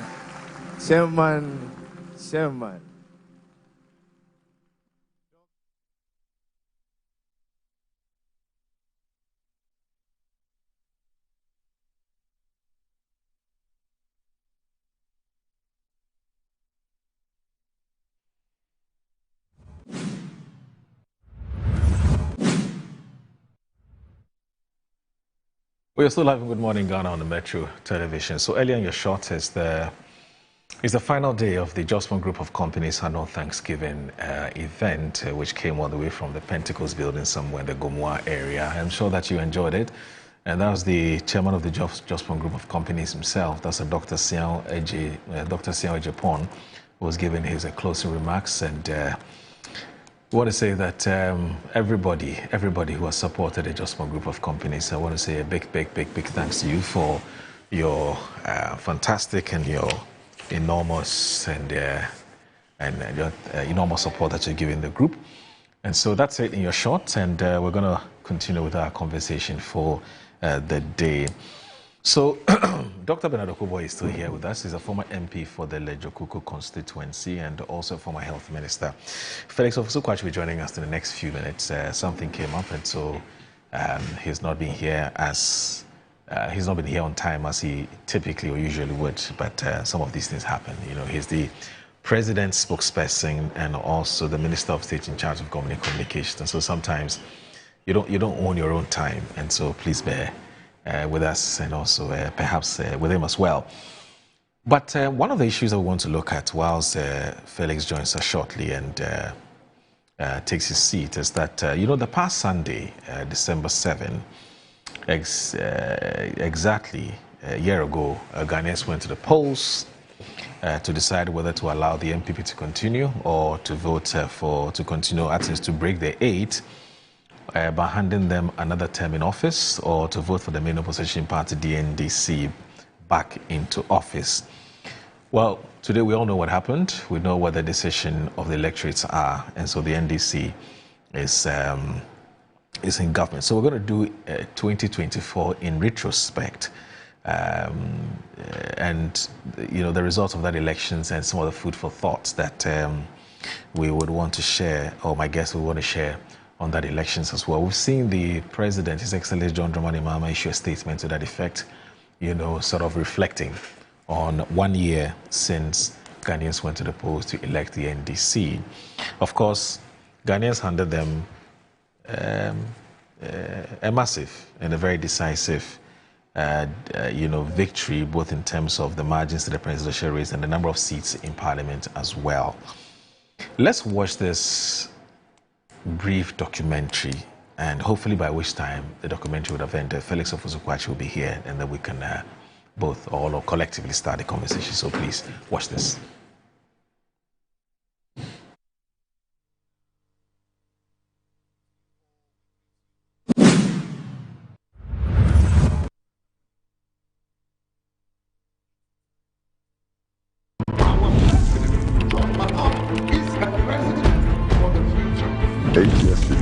For anybody with solutions to show. We need the money to build schools for those who are going to school and It be talk propaganda that I saw, and then they take close people that my eye. Public school, that is schools funded by the taxpayer, should be free.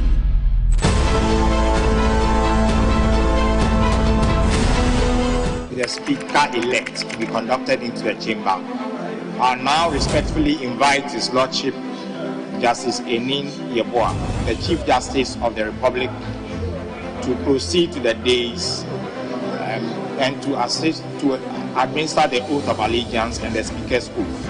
Alban Sumana Kingsford Bagu, do in the name of the Almighty God swear that I will bear true faith and allegiance to the Republic of Ghana as by law established, that I will uphold the sovereignty and integrity of Ghana, and that I will preserve, protect, and defend the Constitution of the Republic of Ghana. So help me God.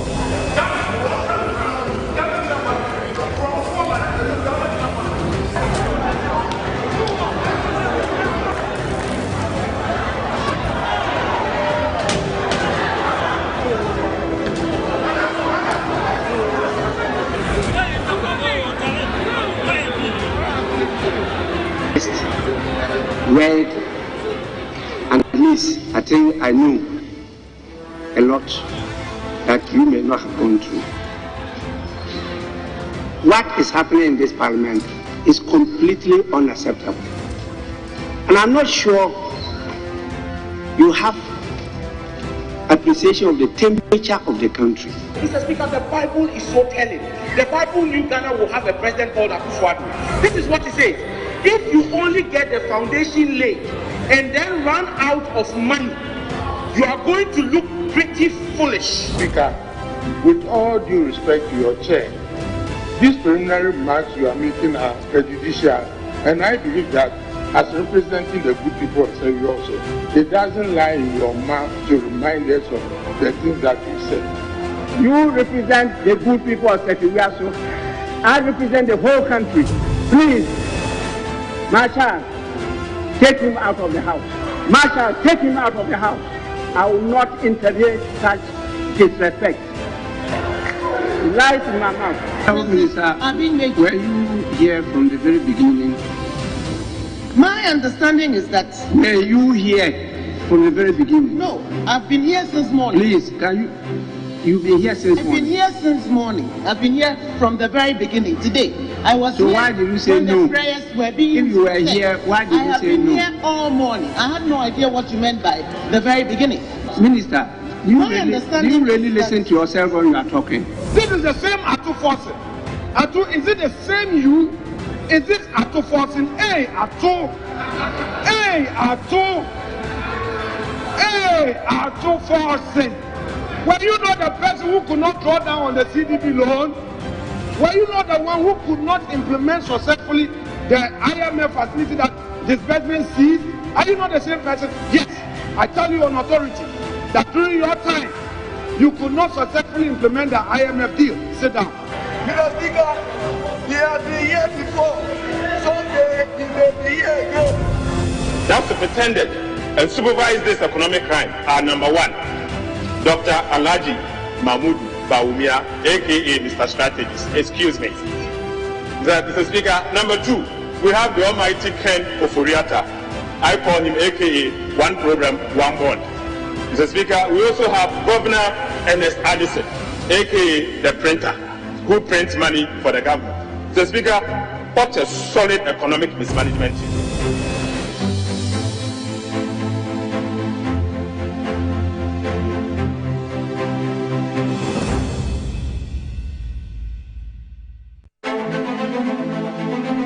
The time has come for accountability.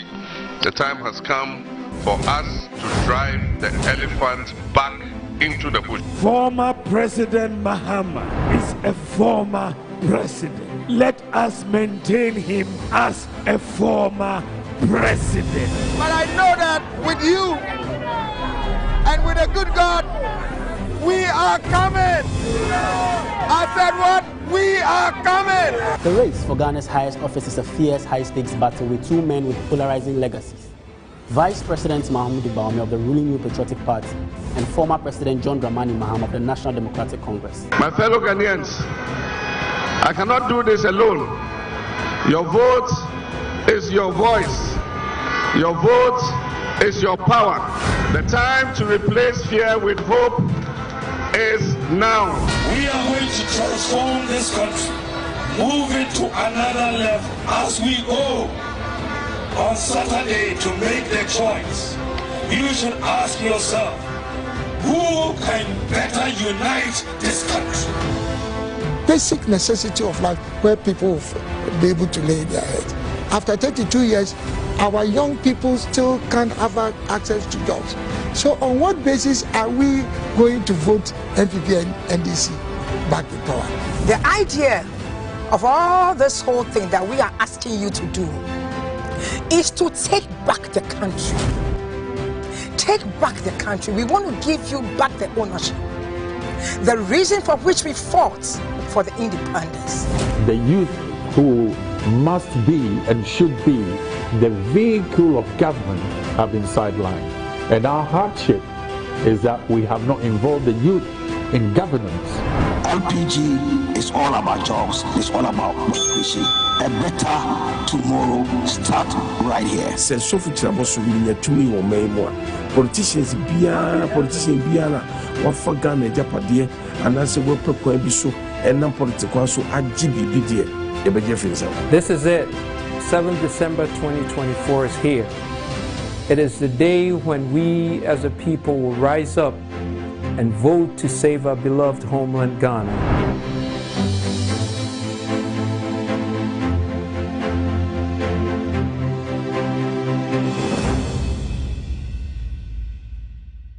The data from our own internal collation of the election results indicate that former President, His Excellency John Dramani Mahama, has won the presidential election decisively.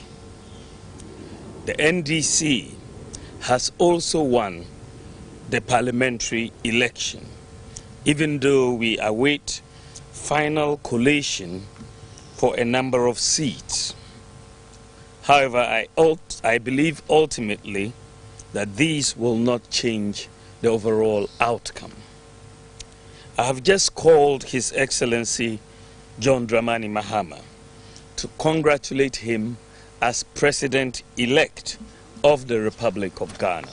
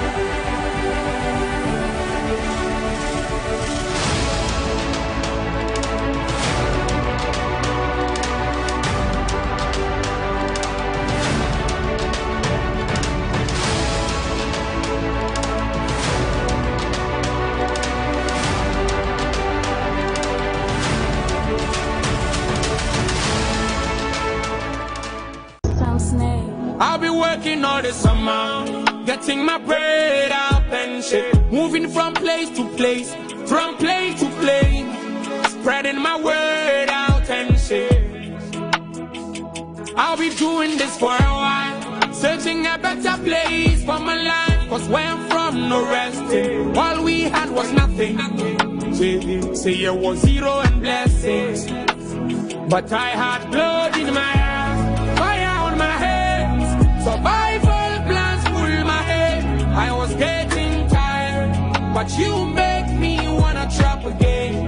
And she said, if you see the lights, remember that I was with you when you were lost and lonely lover. Don't forget about me so soon.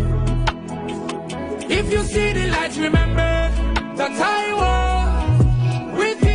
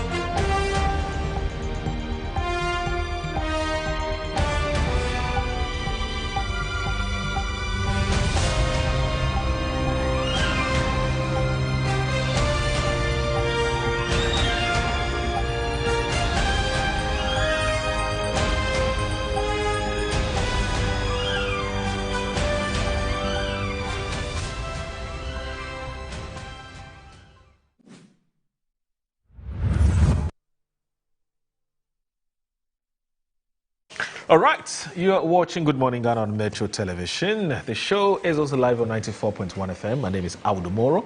I'm here with Dr. Bernard Okoboya, who's former MP for Lejokuku and also former health minister. Also here with us on Fridays, as I have indicated, time without number, that unless, of course, something comes up and he can't be here, he would always want to be here. I would always invite him here on Fridays so that he can come here and do two things: to respond to some of the issues that have come up in the course of the week from an official position, and also to update Ghanaians on some key issues that are of national importance. So those are the two overriding objectives why Felix Ofosu-Kwakye makes time to come here on Fridays as and when he is available. And I need to issue that because sometimes when he doesn't, he's not able to turn up, we get all kinds of calls and we have to keep explaining. He can't be here every Friday. It's not realistic. But as many times as he can, he will always join us. Felix Ofosu-Kwakye is Minister of State in charge of Government Communication, and also he's the spokesperson for the President. Good morning, sir. Thanks for joining us. Good morning, Moro. And it's always a pleasure to have you join us. The pleasure is all mine, Moro. How is everybody? How's Jubilee? How's the President? How's the family? How's everybody? By God's grace, everything is on course. The President is currently in Kenya as the guest of the Kenyan President on a state visit. Okay. He will also take part in activities surrounding Kenya's independence and other engagements. As for the Jubilee House, all is well and good, all is calm. Okay. And we continue to fashion out policies and programs that would inure to the benefits of our people, especially when we are within the week that marks the first anniversary of the victory that the NDC chalked, President Mahama chalked, and an overwhelming majority of our parliamentary candidates chalked in the 2024 elections. It has been a week of sober reflection. It has been a week where we have renewed our commitment to living up to the mandate that the people of Ghana gave us. As I've indicated a number of times on this program, whilst we expected to do well and win the elections, because it was obvious that the MPP had outlived its usefulness as far as the people of Ghana were concerned, we were a bit stunned by the magnitude of the victory, because a gap of 1.7 million votes is the biggest under the Fourth Republic in terms of absolute numbers. In terms of percentages, it is President Rawlings who holds the record of around 58%. Now, that kind of mandate jolts you into reality. It tells you that the people of Ghana are watching. And for many years, they had given the NPP a long rope to operate. They had observed them. They renewed their mandate in 2020. Albeit by a smaller margin compared to how they won in 2016. So from right then, the signs were very clear, that the people of Ghana were unhappy about the way things had gone, except that they wanted to give them the benefit of the doubts and hope that an extension of the mandate will provide scope for correction of some of the mistakes and the righting of some of the wrongs, and the implementation of policies that were sound, that would sit well with them. But it does appear that things actually deteriorated in the 4 years that the people of Ghana thought they could do better. And so they were left with no option than to boot them out in 2024. So having been the direct beneficiaries of that action by the people of Ghana, we do not need a soothsayer to tell us what our fate will be if we fail to perform to the expectations of the people of Ghana. And so from the very first day, we have been acutely aware of what the people of Ghana want, what it takes to meet their expectations, and what they think we should do on their behalf. So it started with the formation of a government. You recall that President Mahama issued an executive instrument in which he indicated that he was going to shrink the size of government. It was a key promise. I mean, one of the things that angered the people of Ghana the most about the Akufo-Addo administration was the sheer number of ministers and the size of government. I mean, having 120 ministers for a country our size was simply not justifiable. And so President Mahama sought to address that. So the executive instrument named 23 ministries, and about 6 or so ministries had been chalked off, reducing the numbers significantly. Some of the offices were also reduced in terms of scope and size. Like the Information Ministry, for instance, it was collapsed into the Government Communication Office, which I head, and which is located at the presidency, even though I've still inherited the agencies that the Ministry of Information used to superintend. And similar arrangements have been done elsewhere. So 60 ministers were announced by the deadline of 21st January. Currently, there are 58 because of the tragic circumstances of August 6th. And we are functioning just fine. Indeed, things are much better than 12 months ago. And so we have proven that you do not need a legion of appointees, ministers, and other functionaries to be able to run a government efficiently. And that a leaner, smarter government is a much preferred option. And in fact, because of the commitment that President Mahama made during the campaign, he first said he would run government with 60 ministers. It compelled Dr. Bawumia to also promise to run government with 50 ministers. When he was vice president of a government that had 120 ministers at some point. Indeed, by the time that they left office, they had around 80 ministers or so, if I'm not mistaken. And that was a large number that the people of Ghana were simply unhappy about. So that was done. There were things like oral. Even before President Mahama took office, he initiated moves to implement Operation Recover All Route, which is a campaign promise like any other, and a special program designed to exact accountability from members of the previous government. And thankfully, the Attorney General has been on hand to provide consistent briefings on some of the key cases that he has busted. Currently, there are about 8 or 10 people on trial for various offenses. The Edubuahin case, the SkyTrain case, the National Service case involving about 2.4 billion Ghana cedis. The buffer stock case, the case involving wound to me, and many others. There are at least about 20 cases that are ready to also go to trial. And indeed, all things being equal, next week, the Attorney General will be on hand to offer a briefing on another case that he has cracked and is about to go to court on. So he will bring Ghanaians up to speed on that. So oil is working, it's firing on all cylinders, except that, of course, oil was promised to be delivered within the context of the rule of law. So people are not going to be lined up and shot.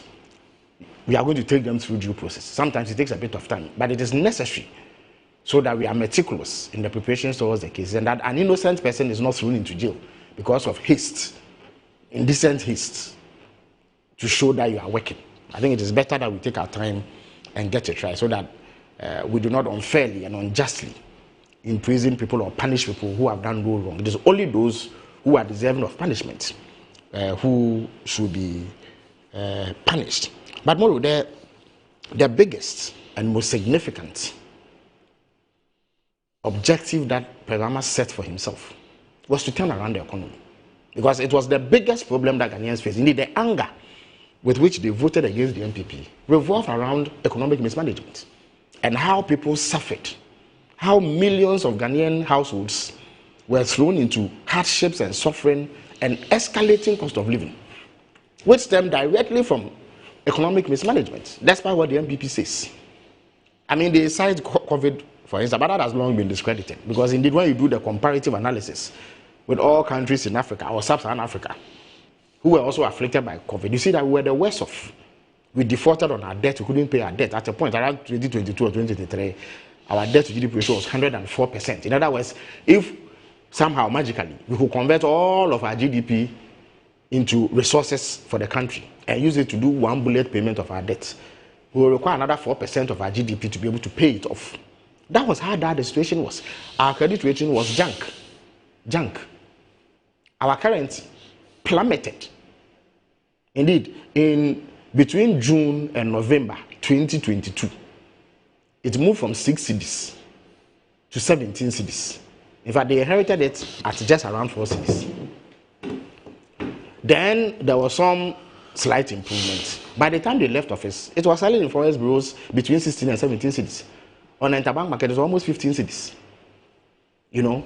So our currency had collapsed. And this was despite the recitation of 2024. 2024, yes. It was around 14. That is interbank. 14, 15. It's 14 interbank. But when you went to the forex bureau, it was almost 17. It was almost 17. Yes. Okay. And I know for a fact because there are transactions that I did around the time. So I know. And indeed, businessmen know. the reality is that the way our economy operates is not only in banks that you get foreign exchange. The forex bureaus are authorized currency dealers. So you can go there. And it's also one of the benchmarks to assess the state of your currency. So what I'm saying is known to everybody who will be honest. And Ghanaians felt it. Bob Marley said it, that he who knows it, he who feels it, knows it. So there's no dispute about this. This led to a spiral in inflation because we are heavily import dependent. So at a point, inflation was 54%. This is around 2022, around the same period.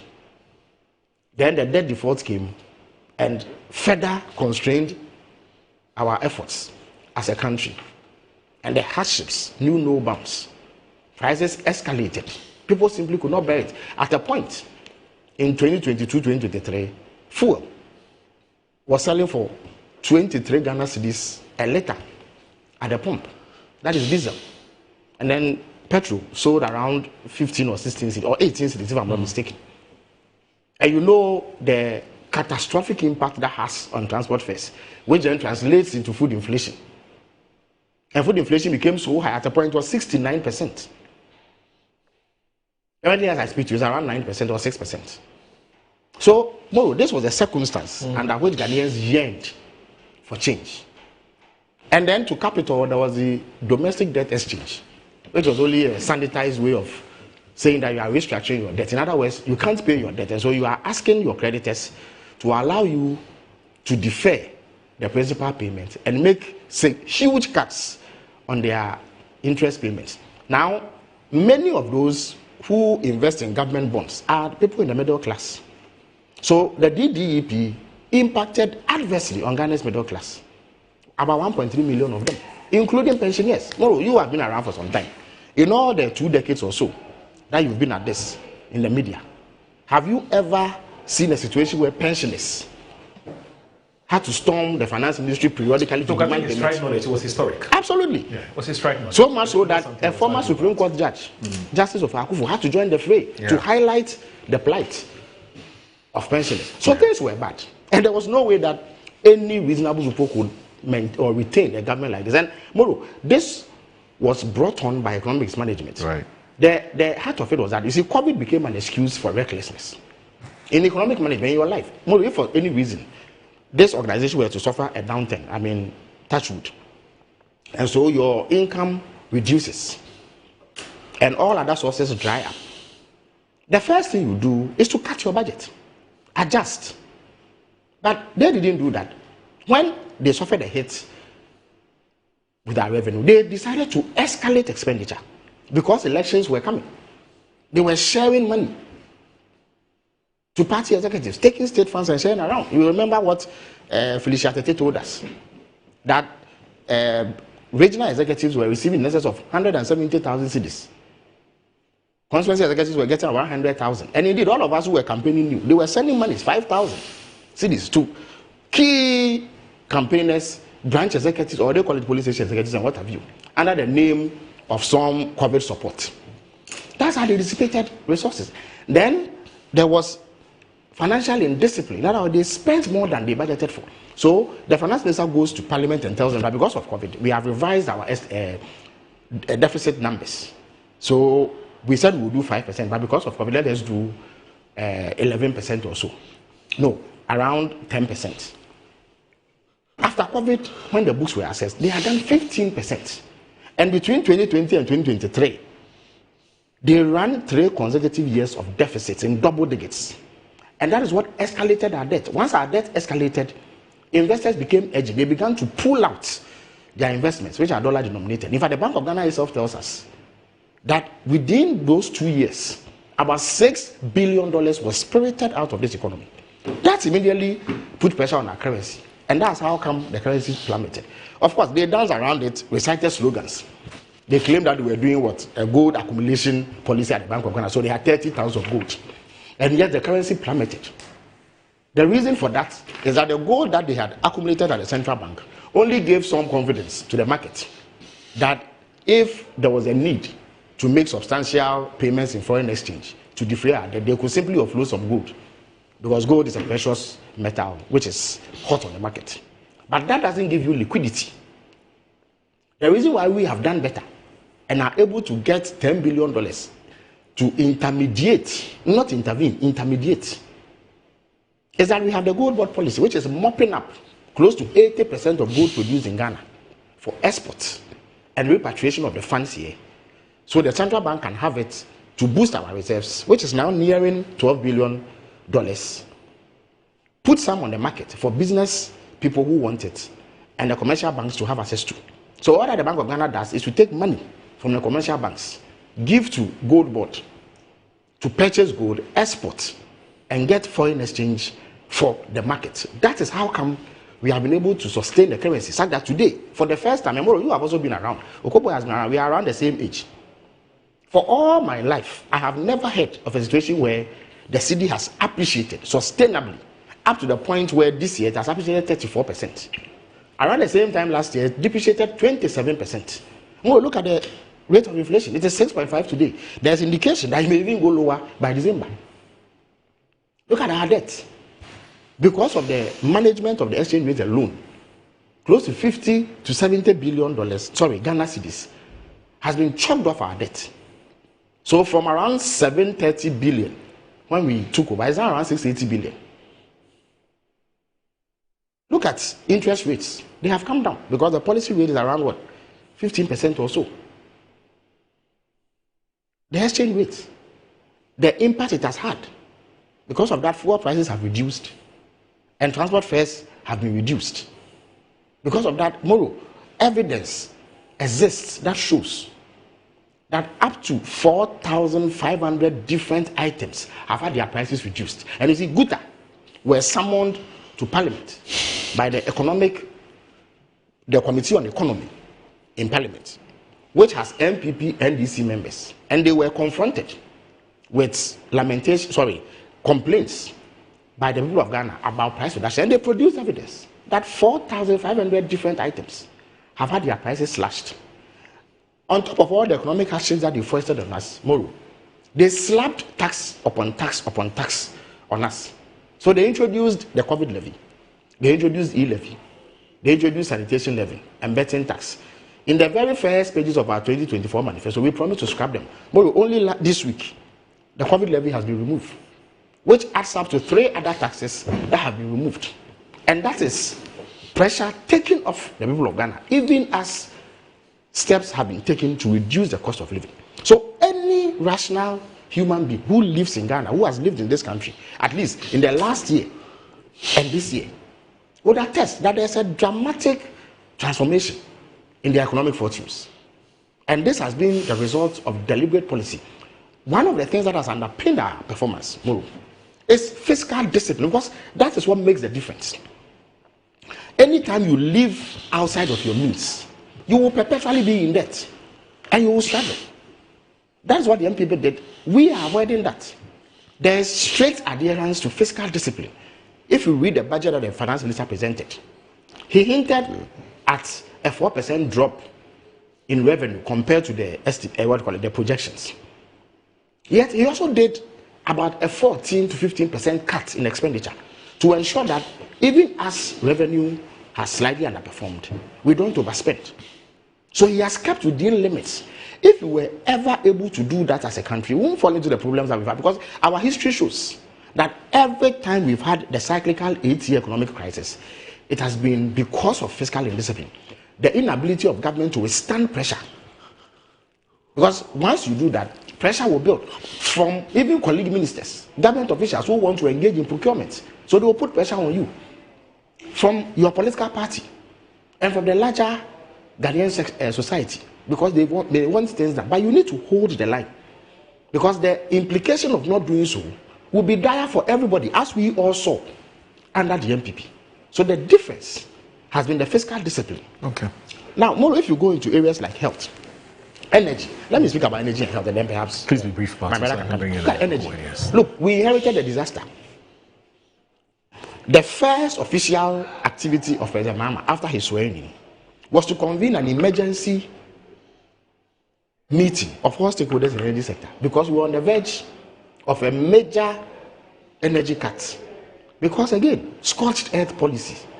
They decided that they won't buy fuel to fire thermal plant, even as they had agreed with the West African gas pipeline to maintain their pipeline so that gas will not flow for about a month.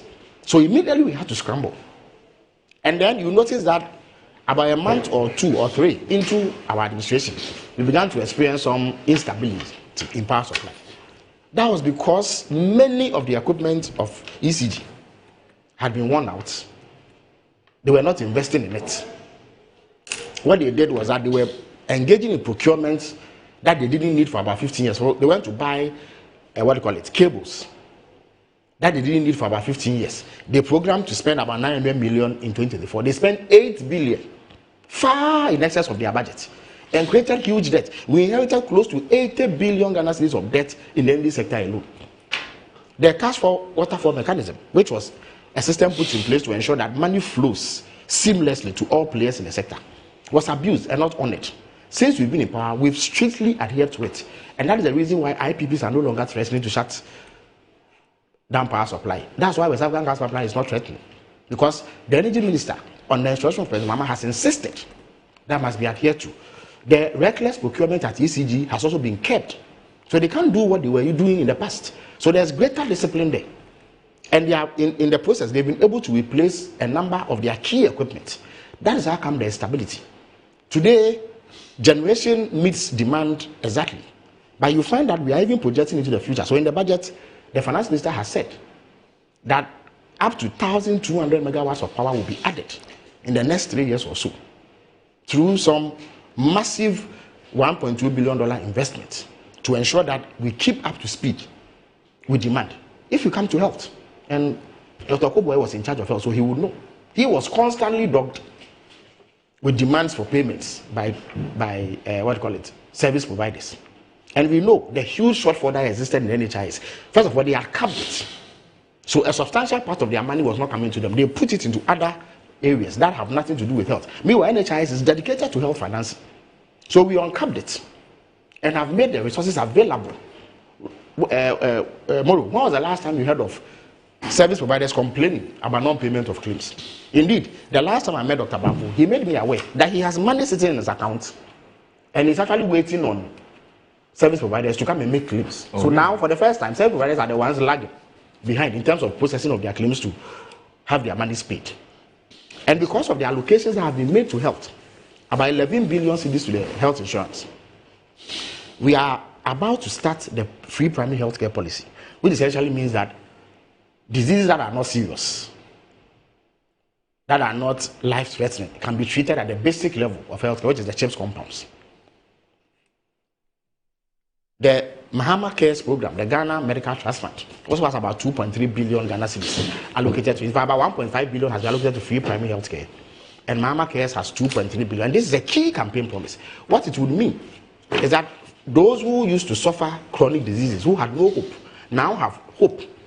And the minister has indicated that once you put in an application, within very reasonable time, very short time, your application will be responded to, processed, so that you can receive the health care that you need, because those diseases are pretty serious. They are non-communicable, but they are very serious chronic diseases which afflict people. So I can go on and on. Look at the agri sector.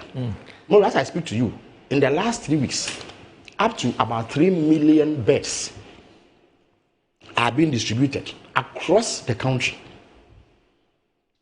And once that is done, feed and other inputs will be given to those who have received it. That is under the Nkoko Nketenkete program to boost poultry production. Indeed, the Agri Minister tells me that they have a target of reaching 104% self-sufficiency in poultry production in Ghana in the next 4 to 5 years. Currently, it's around 12%. We are only able to cater for 12% of our needs as a country. They want to take it to 28% next year, about 60% in 2027, and then above 100% in 2028, 2029.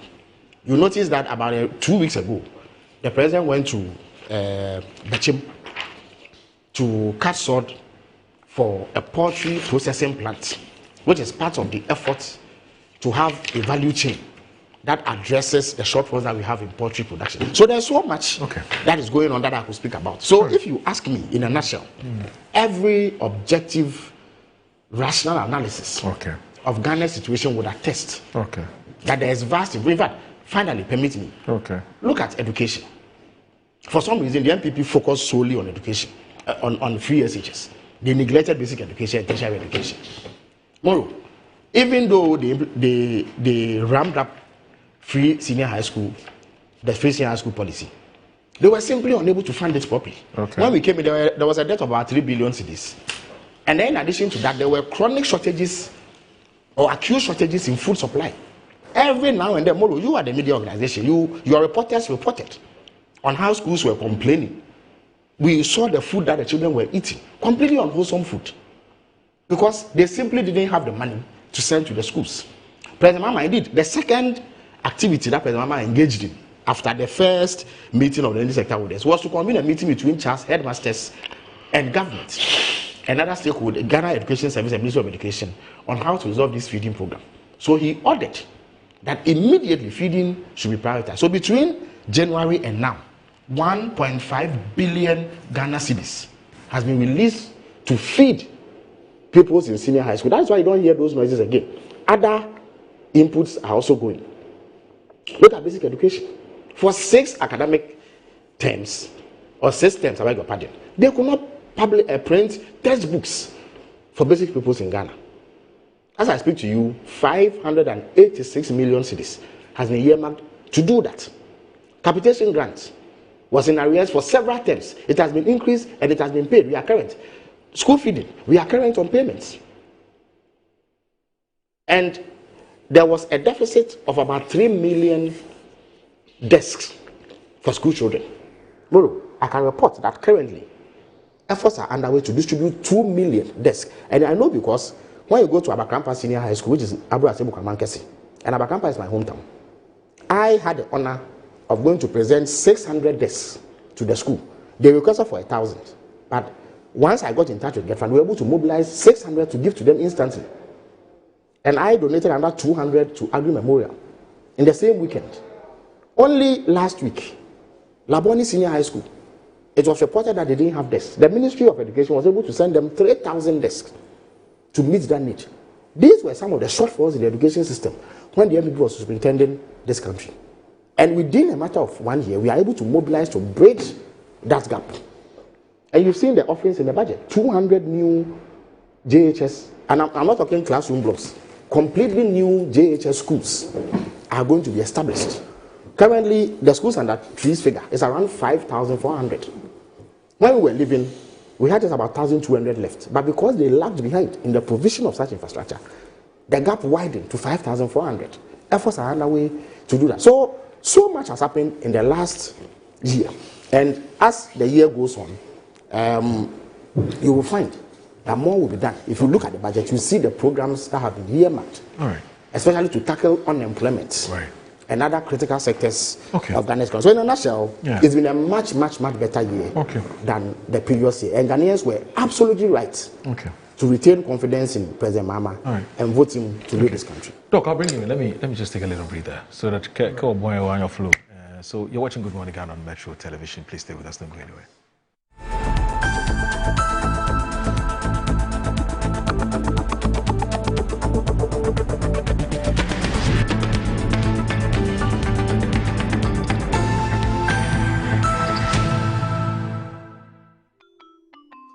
Start your Kids Day the right way, filled with confidence to take on any challenge. Pepsodent Kids contains the right amount of fluoride and sugar acid protection to care for their developing gums and teeth. Grab either orange or strawberry so they brush with the sweet flavor they love morning and evening. Pepsodent Kids, giving your children a bright smile for a brighter future.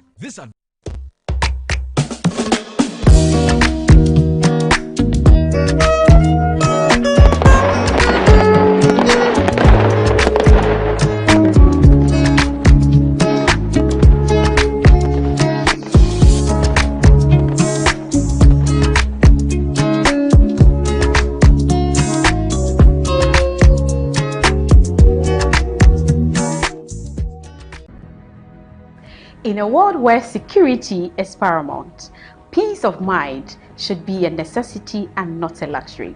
This is why Virtual Security Africa has created a special discount package up to 30% on our 4 and 8 channel high definition cameras. We are more affordable now than ever. With as low as 4,130 Ghana cedis, you can get 4 high definition cameras, 3 terabyte hard drive, cables, and a digital video recorder. With 6,440 Ghana cedis, you will get 8 high-definition cameras, 3 terabyte hard drive, cables, and a digital video recorder. Why choose us? Because we offer top-tier quality you can trust, lifetime after-sales support, 2 years warranty, and you can view our systems remotely. Sidinua Peke. Spend less, secure more. Call us on 055-874-0764 and 050-331-4068. Virtual Security Africa. We will beat the advertised price of any security product of comparable quality.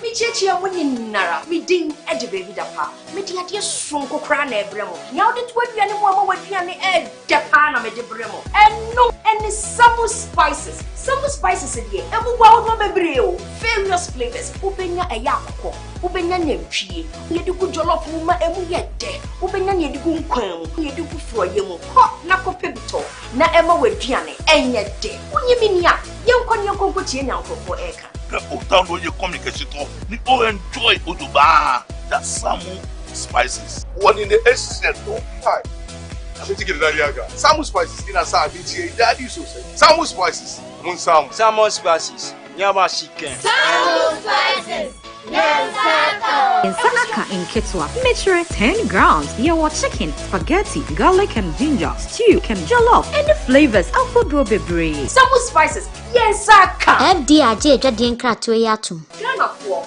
me chechi amuni nara me ding edi baby dapa me di ade sonko kra na ebremo nya ode to aduane mo ama waduane e dapa na me de bremo eno any some spices dey ebuwa wo bebre o various flavors ubenya eya akoko ubenya nyantwie yediku jollof mu ma emu yede ubenya yediku nkwan yediku froye mu ho na kope bito na ema waduane enye de unyiminia yenkonko tie nyankofo eka autant de communication ni all enjoy oduba that Samu spices one in the essence no time Samu spices in asa binti daddy so say Samu spices mun Samu spices nyama chicken Samu spices in Sanaka in Kitwa, measure 10 grams. Your chicken, spaghetti, garlic and ginger, stew, can jollof, and the flavors of Bebre. Samu spices, yes, Saka. FDRJ Jadin Kratoyatum.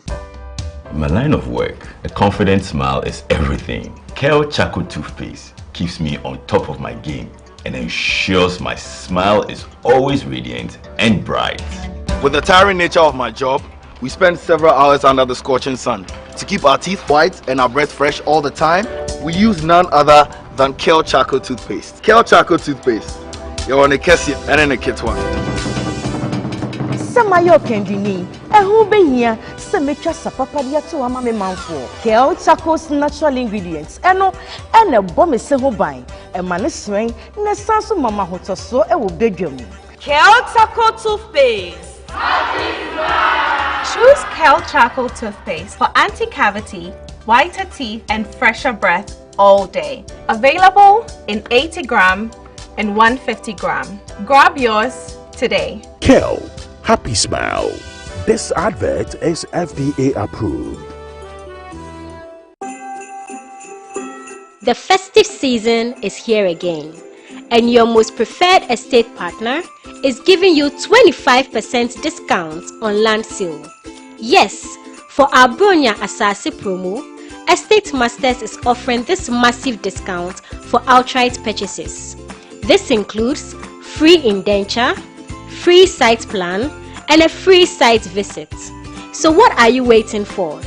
Rush now and secure a plot of land while it is still hot.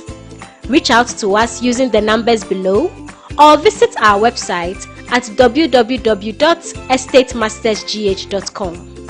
Estate Masters, your most preferred estate partner.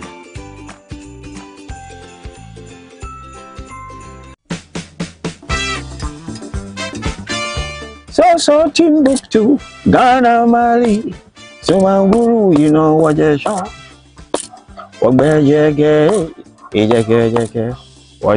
Hello, Ghana. A rollicking experience is about to happen at the Metro TV station on the 20th of December this year, and it is the Jollof Festival. I want everyone, and I implore everyone to be part of this experience.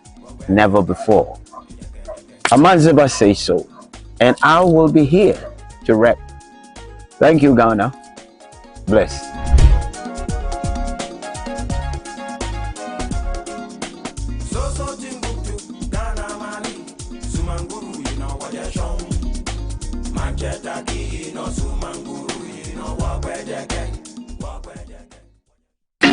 It's happening this December.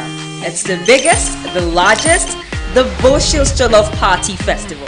It is the Metro Jollof Festival happening on Saturday, 20th December 2025 at the forecourt of Metro TV.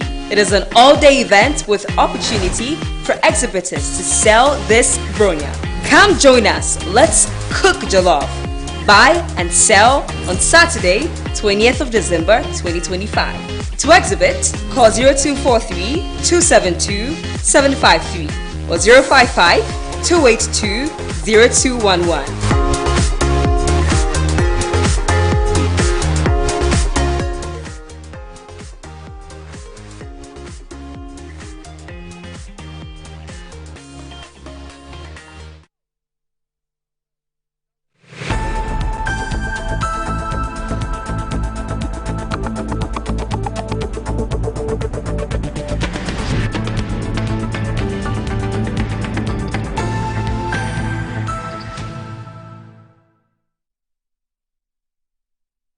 You're live on Good Morning Ghana on Metro Television. I'm here with first of all, my name is Aldo Moro. I'm here with the former MP for Lejokuko, former Health Minister, Dr. Bernardo Koboy.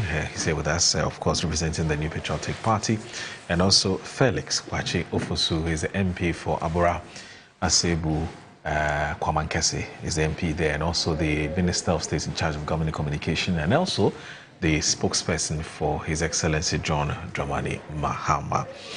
So, Doc, what are your reflections 2024, a year later?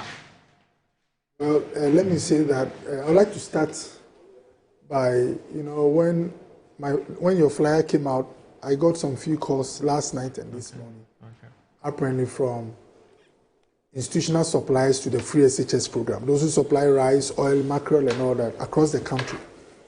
And their claim is that they've done a lot of supplies to the free SHS program. And it appears government is not paying.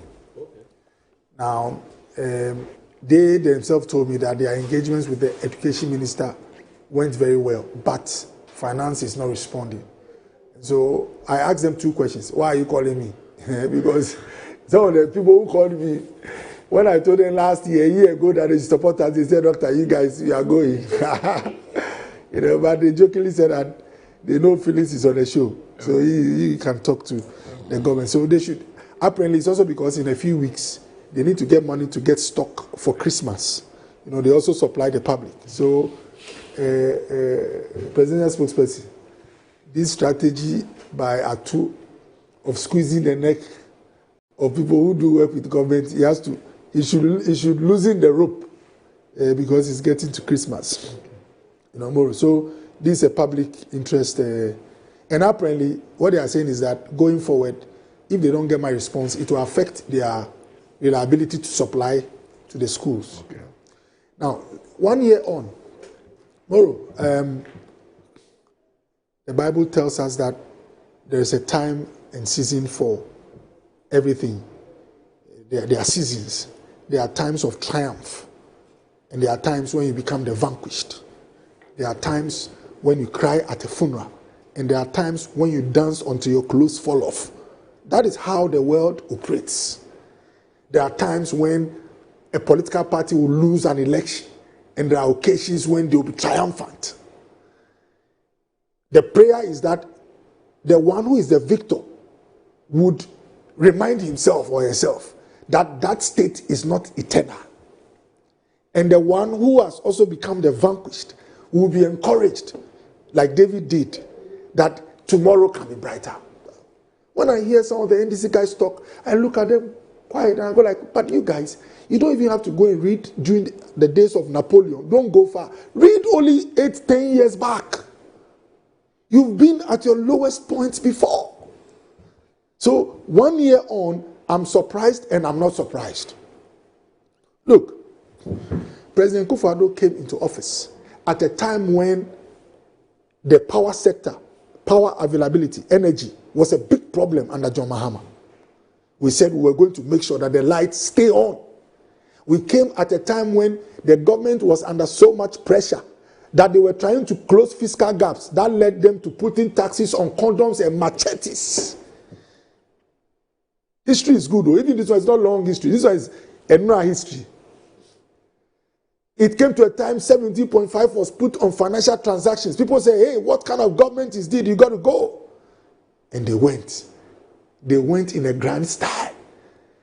And some of our people were consumed by the excitement. Oh, that's the end of NDC. But the most important is that when we came, we did things that reminds me of what is happening now. We removed the 17.5 on machetes and financial transactions. We abolished the taxes on special import levy. We abolished. Moro, growth had shrunk from about 12% or so, somewhere from about 14% when oil came into commercial production in 2012. It had come down all the way to 3.5. If you look at the graph, growth was like this. Inflation was going up. Debts was going up. Similar to the things they tell us. Akufo-Addo's first term saw to an increase again in the growth pattern, GDP. Which means that you are creating opportunities, you are building wealth, you are able to afford social programs. Beyond that, inflation also started to trend downwards. We had some single-digit inflation the first time.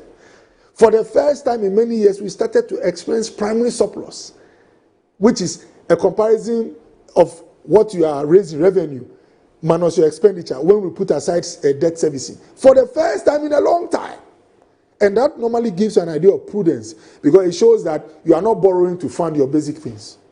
And the Akufo-Addo first time, in this Ghana, a program like Free SHS, huge, massive program in terms of fiscal impact, in terms of the money you need. There were people in our own party who said, don't try it. It's too much of a pressure on the fiscal space. Take your time. Akufo-Addo said, no, we are moving. We can do it. We realized that even the spaces were not enough for Ghanaians. We had to think outside the box. He said, okay, run a double track. Better for all Ghanaian kids to have access to the teacher than for some to go to the teacher and others to stay at home. I remember, I'll not mention, we had a fine man in this country who said, oh, if I have 3 billion, I'm not going to spend on a recurrent expenditure. I'll put into capital expenditure. I'll build infrastructure. But the Free SHS won. And so President Akufo-Addo stuck to his word and we implemented. All in the first term of Akufo-Addo. And then as we enter the second term, we are human beings. There were some actions which I say that were outside our control. There were some actions to mistakes which were within our control.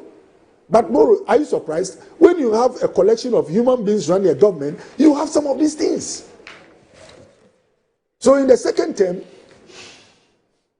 things were going well until we had a pandemic. And when you say, they said, don't mention it. But they say so because it serves their purpose. Moro.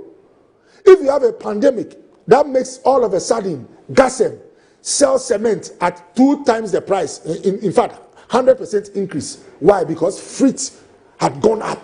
Because all shipping lines closed. And the resumption, there was pressure on the few shipping lines that were operating.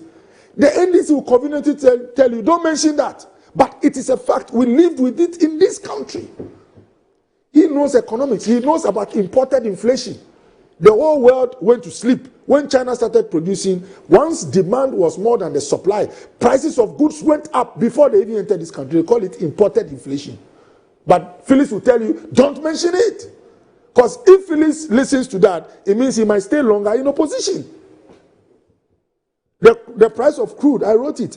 Crude price in 2017 was $60 per barrel. In 2018, 65. Tomorrow, it moved as high as 86 in 2021.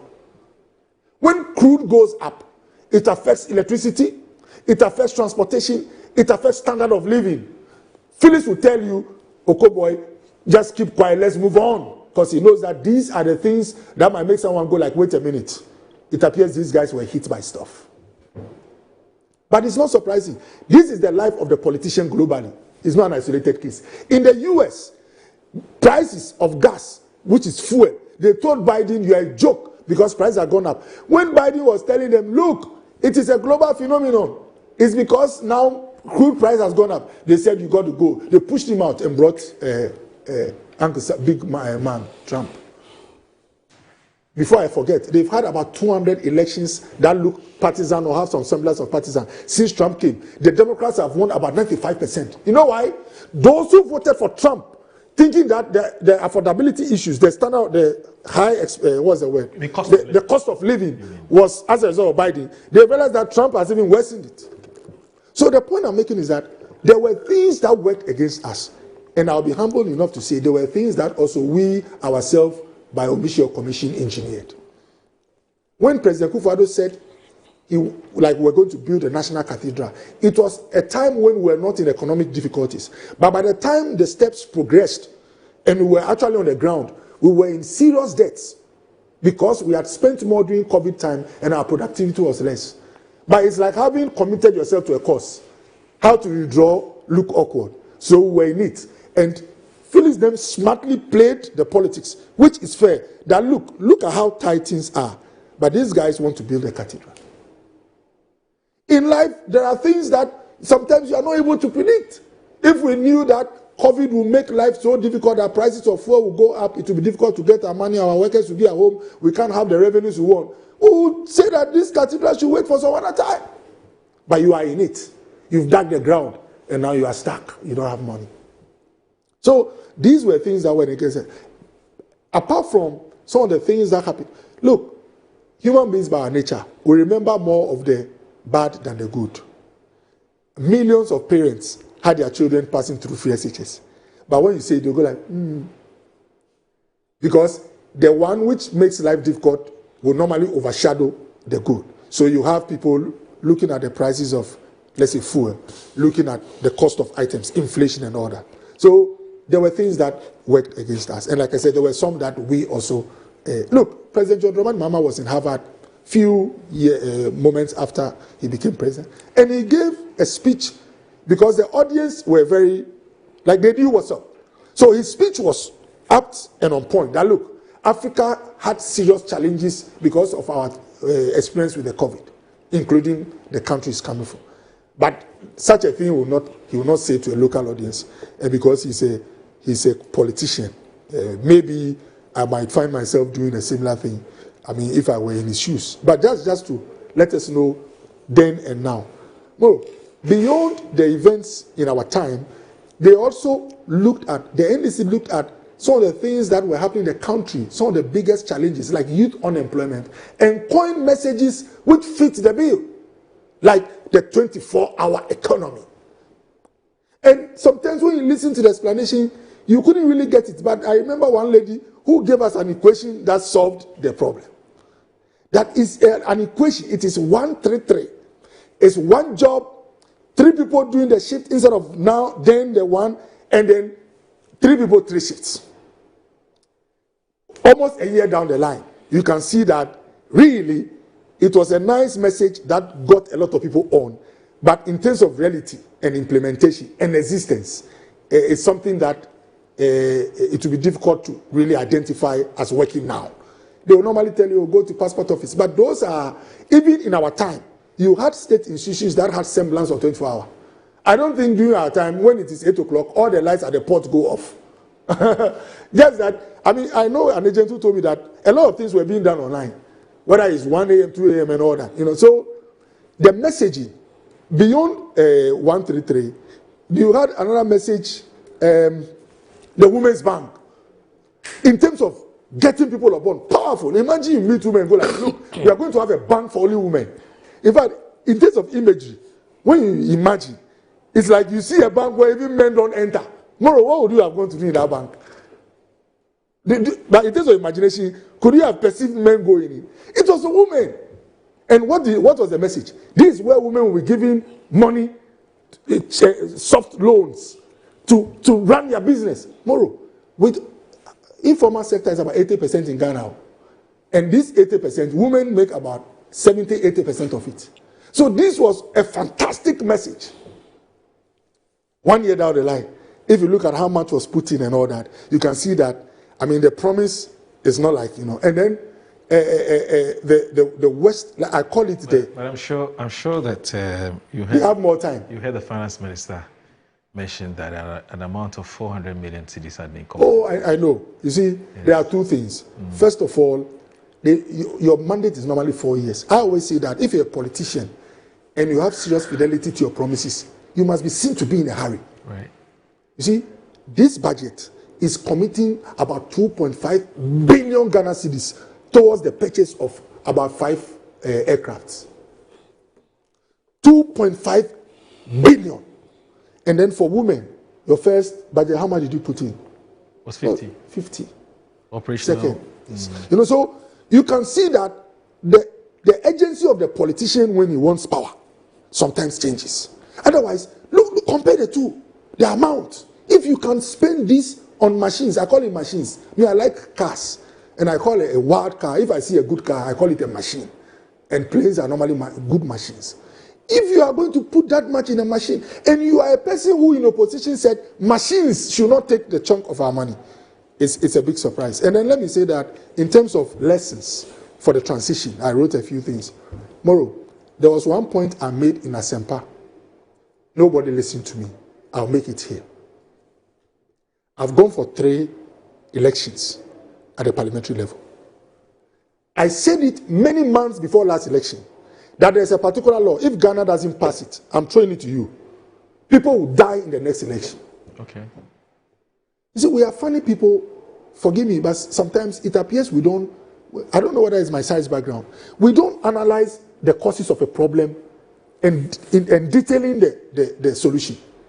Why is it that during elections, all polling stations normally is quiet, and then when it gets to the collation center, people are willing to die and there's bloodshed? Why? That's an interesting question. The answer is very simple. Moro, for the presidential election, when there is a dispute, assuming you are robbed as a candidate, you know that if you get all your pink sheets and you go to our Supreme Court, maximum, the law says, I think within 6 months, the court must be able to come out with what the verdict. What it means that, forgive me for using the word, any rogue president, someone who steals his way by either threatening people or using his power, you know the rogue has only 6 months and the court will do what? Get him out. But for parliamentary, if you are able to use any means to get yourself declared, even when you know that your pink sheets doesn't make you the MP and you are not the one who won, you know that it might take 4 years before the case is determined. So you know what happens? No, I've said this over. So what happens is that at our collation centers, people go there knowing that if you don't do anything to stop an injustice, including use of harm, and they declare for your opponent, that is your end. So people go there with the thinking that forget the courts, it might take too long. What is stopping us? Phyllis, you are here, with all due respect. I know you've sent a lot of bills to Parliament. ASAP, Ghana as a country, have, whether it's a CI or whatever, that says that parliamentary disputes, just like the presidential, should be settled in 90 days. Moro, you know what will happen? Yeah. If I am a candidate at the parliamentary level, if we have such a law, do you know what I'll do? Right. When I get all my pink sheets, I'll not step at the collation center. Moro, I'll go to sleep. You know why? If you have, again, let me use the word, a rogue returning officer who goes to conspire with my opponent, and they declare him as a member of parliament, I smile home, get my pink sheet, and I'm at the High Court the next Monday. Tomorrow, I know that is rogue kingdom will last just 90 days. What kind of human beings are we? Why is it that we live in a country where we see ourselves shedding blood and yet we sit back? That is the reason why some elements were moving from constituency to constituency, trying to put a gun or knife to the head of returning officers. This is the cause. So, Moro, the lesson from the transition is that if we don't pass this law ASAP in this country, every parliamentary election at the collation center is a war zone. We have to learn and recover from it quickly. Well, let me say that the first 1 year of this government has had some, I like innovation. You learn in economics that when you have the same resources and you want to achieve a greater outcome, what will make you achieve greater outcomes is innovation, technology, and being more efficient. So, as a country that wants to help a lot of people, I like it when we become innovative. And that's why one of the things I give to this government is the formation of the Gold Board. And by extension, how Sami Gyamfi, based on the figures, has run the place. It's one of the positives I see. Innovation, because we didn't have a Gold Board as a country. We had a Cocoa Board. And you know what? When I say it doesn't mean that everything about the Gold Board structure is perfect. But at least the Gold Board makes sure that your current account balance, in terms of your forex you have that you have to use to import things, versus the one that you have to purchase, you have a positive, or is in a good condition. It means that you don't have a situation where, let's say, you need $1 billion to import oil and food and all that. Yet what you have at Bank of Ghana is $500 million. Yeah. It means you are short by $500 million. That will put strain on your currency. With Gold Board, almost every gold that comes out of here, we know that the dollar will be reflected here. So it's an innovation that I give this government. One other, arrangement, which I'm happy about, is the uncapping of the GET fund and the National Health Insurance. It makes a lot of resources go to these places. But you know, there's a small catch. I remember Honorable Abina when we were in office. There was a time when a lot of people argued that, You mean Abina Osei, yes. The former deputy yes, minister? My big sister. Okay. There were arguments, some debate when I was in parliament. They said, but why are you capping? Let the money go. And she showed us some figures that show that if government lets all the money goes to the statutory funds, and we service interest, and we pay salaries, virtually there's nothing to even buy fuel for cars to move. So the capping was to get some coins, like I put it, from some of these statutory so that the state can function. I mean, because this government has let all go, they are also now having a little issue sometimes with, and that's why these rights people are calling me that talk to Phyllis. Now, when they pay all, it helps with running of the educational institutions, those doing GET fund projects. Now, when you go to local government, they have enough funds. NHIS, fantastic. But when you come to the center, you realize that, let's say, you are a ministry that must go and observe how farmers are working at Greek. Your goods and services is not coming. You know, so these are some of the. So I give it to them when it comes to the uncapping and the Gold Board. But there are other things that we've experienced, which going forward we have to learn from. Disruption in contracts. Politicians always give the excuse that we have to do an audit. The last time, it's just last week or so, that Agboja, my senior brother, said they finished doing audit on road contracts. What it means that if you are doing a road, it's almost 1 year, you are now going to be paid. Guess what?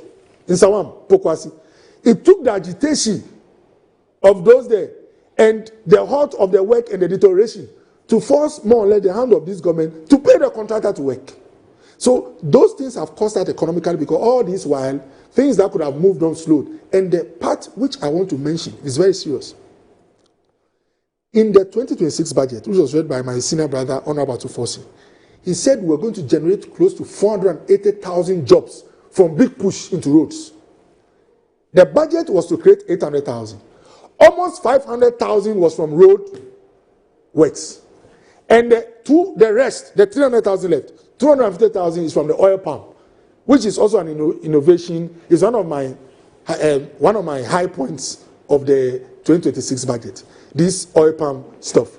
it's a whole sector that has a lot of potential. So it's also one of my excitements. More, roads and oil palm alone were virtually to make 95% of the jobs we want to create. What does it tell you? If roads, you are admitting, creates a chunk of the jobs, or it's going to bring some of the jobs, it means that the roads you stopped or halted, many people would have lost their jobs over the past, 1 year. And if I don't know anything, I know that those workers working on Agenda 11 projects and La Genera, averaging about 30,000 construction work, all of them have been at home for the past 1 year. And that is a serious concern. As a country, we must learn how to be efficient on our audits. Audits are important, but an audit should not take 12 months, Moro. Okay. Well, why should an audit take 12 months? Do an audit, but we should be, we should be, this is where haste matters, okay. Not in declaring a seat vacant. We'll get there. Okay. Moro, and then let me say that my brother Phyllis conveniently tells us the monies they've put in our pockets. So as I speak, Phyllis has put e-levy money back into my pocket. More, is that not so? Right. All right. Just a few days ago, President John Dramani Mahama put another money in my pocket, the COVID-19 levy. Is that not so? But how come they don't tell us those monies they are taking away from our pocket? Phyllis.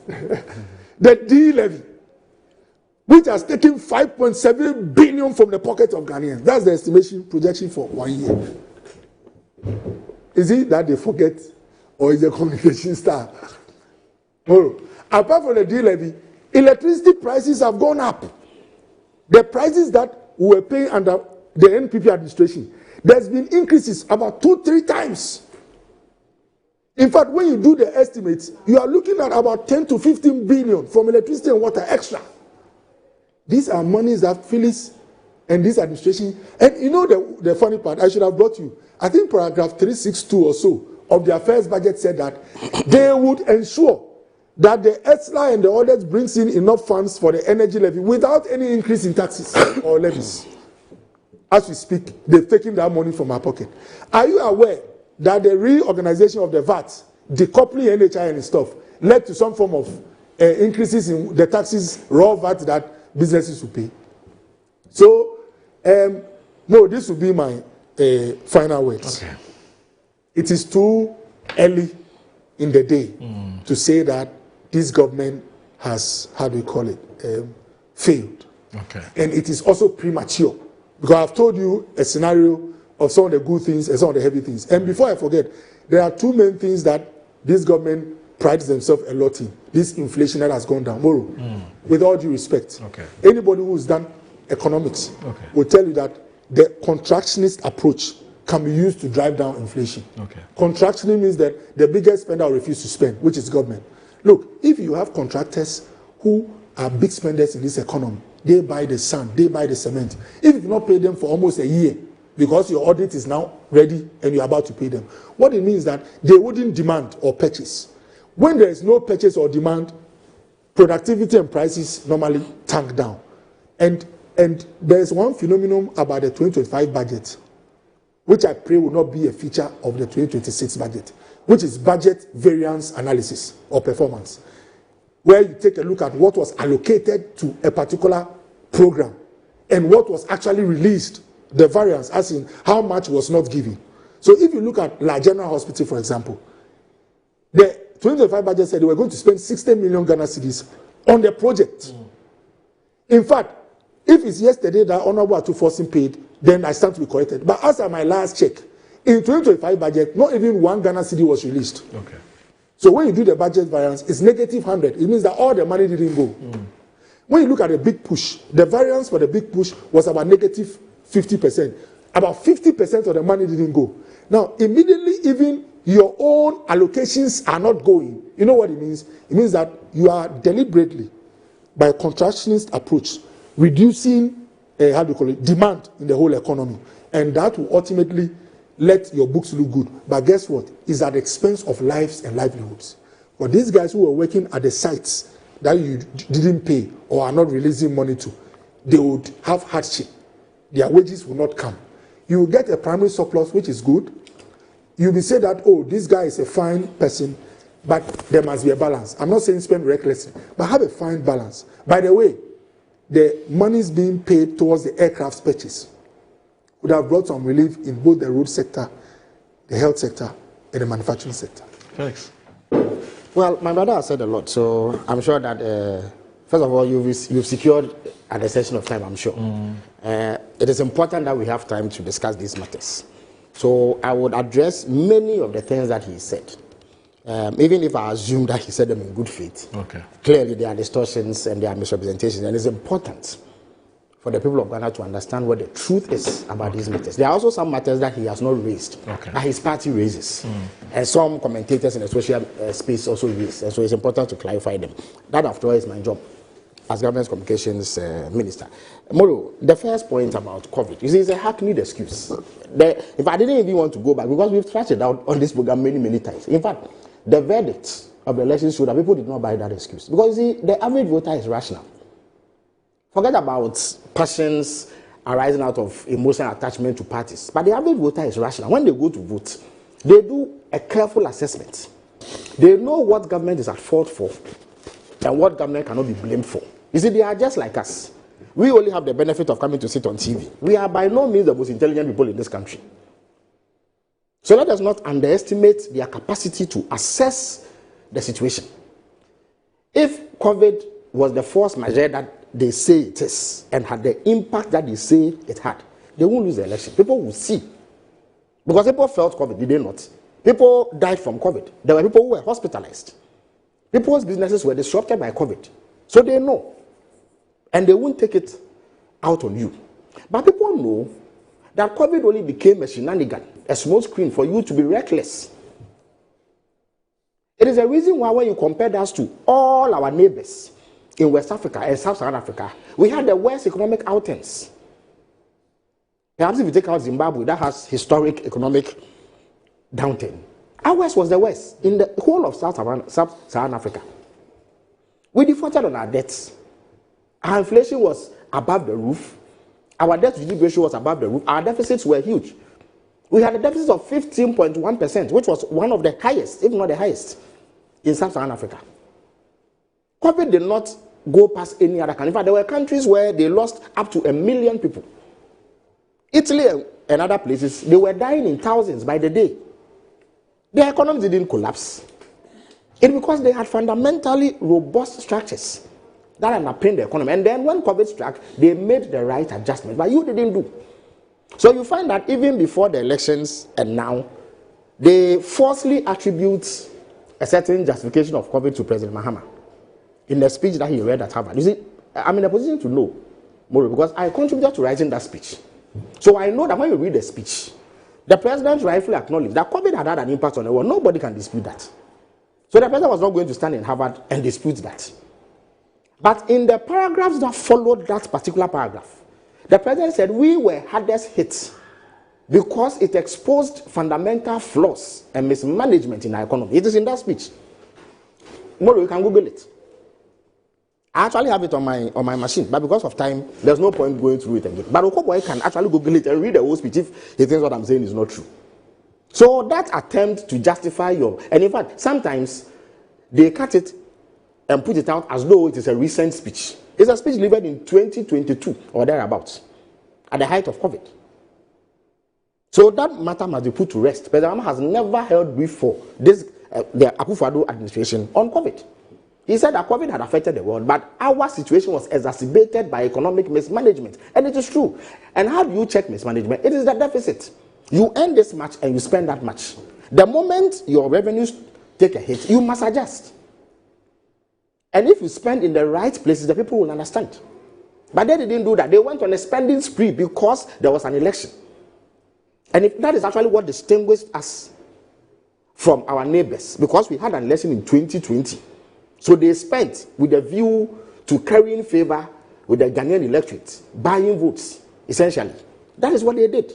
And that's how come right after the election, they should have gone to the IMF. The moment the economic outcomes became clear, that the deficit was out of gear, our debts had risen, we were reaching unsustainable levels. In fact, Dr. Atufosi, in his guise as minority spokesperson on the economy, or ranking member on the Finance Committee of Parliament, held a lecture at UPSC where he warned that they needed to go to the IMF immediately. They didn't go in 2020, 2021.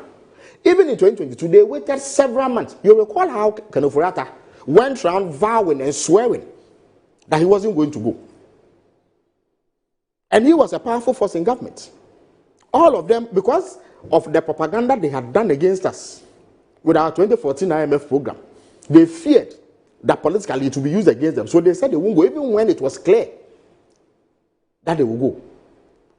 The only point at which President Akufo-Addo was convinced was when the then governor, Dr. Addison, went to him and told him, "Master, if you don't go, this economy will collapse."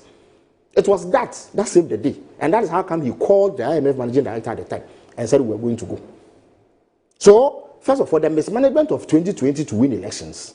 And then the dogged pig-headedness and refusal to go to the IMF when it was clear that we needed to go worsened our situation. Because you see, investors became uncomfortable right after 2020 when it became clear that up to 92% of tax revenue was being used to service our debt. So investors became edgy.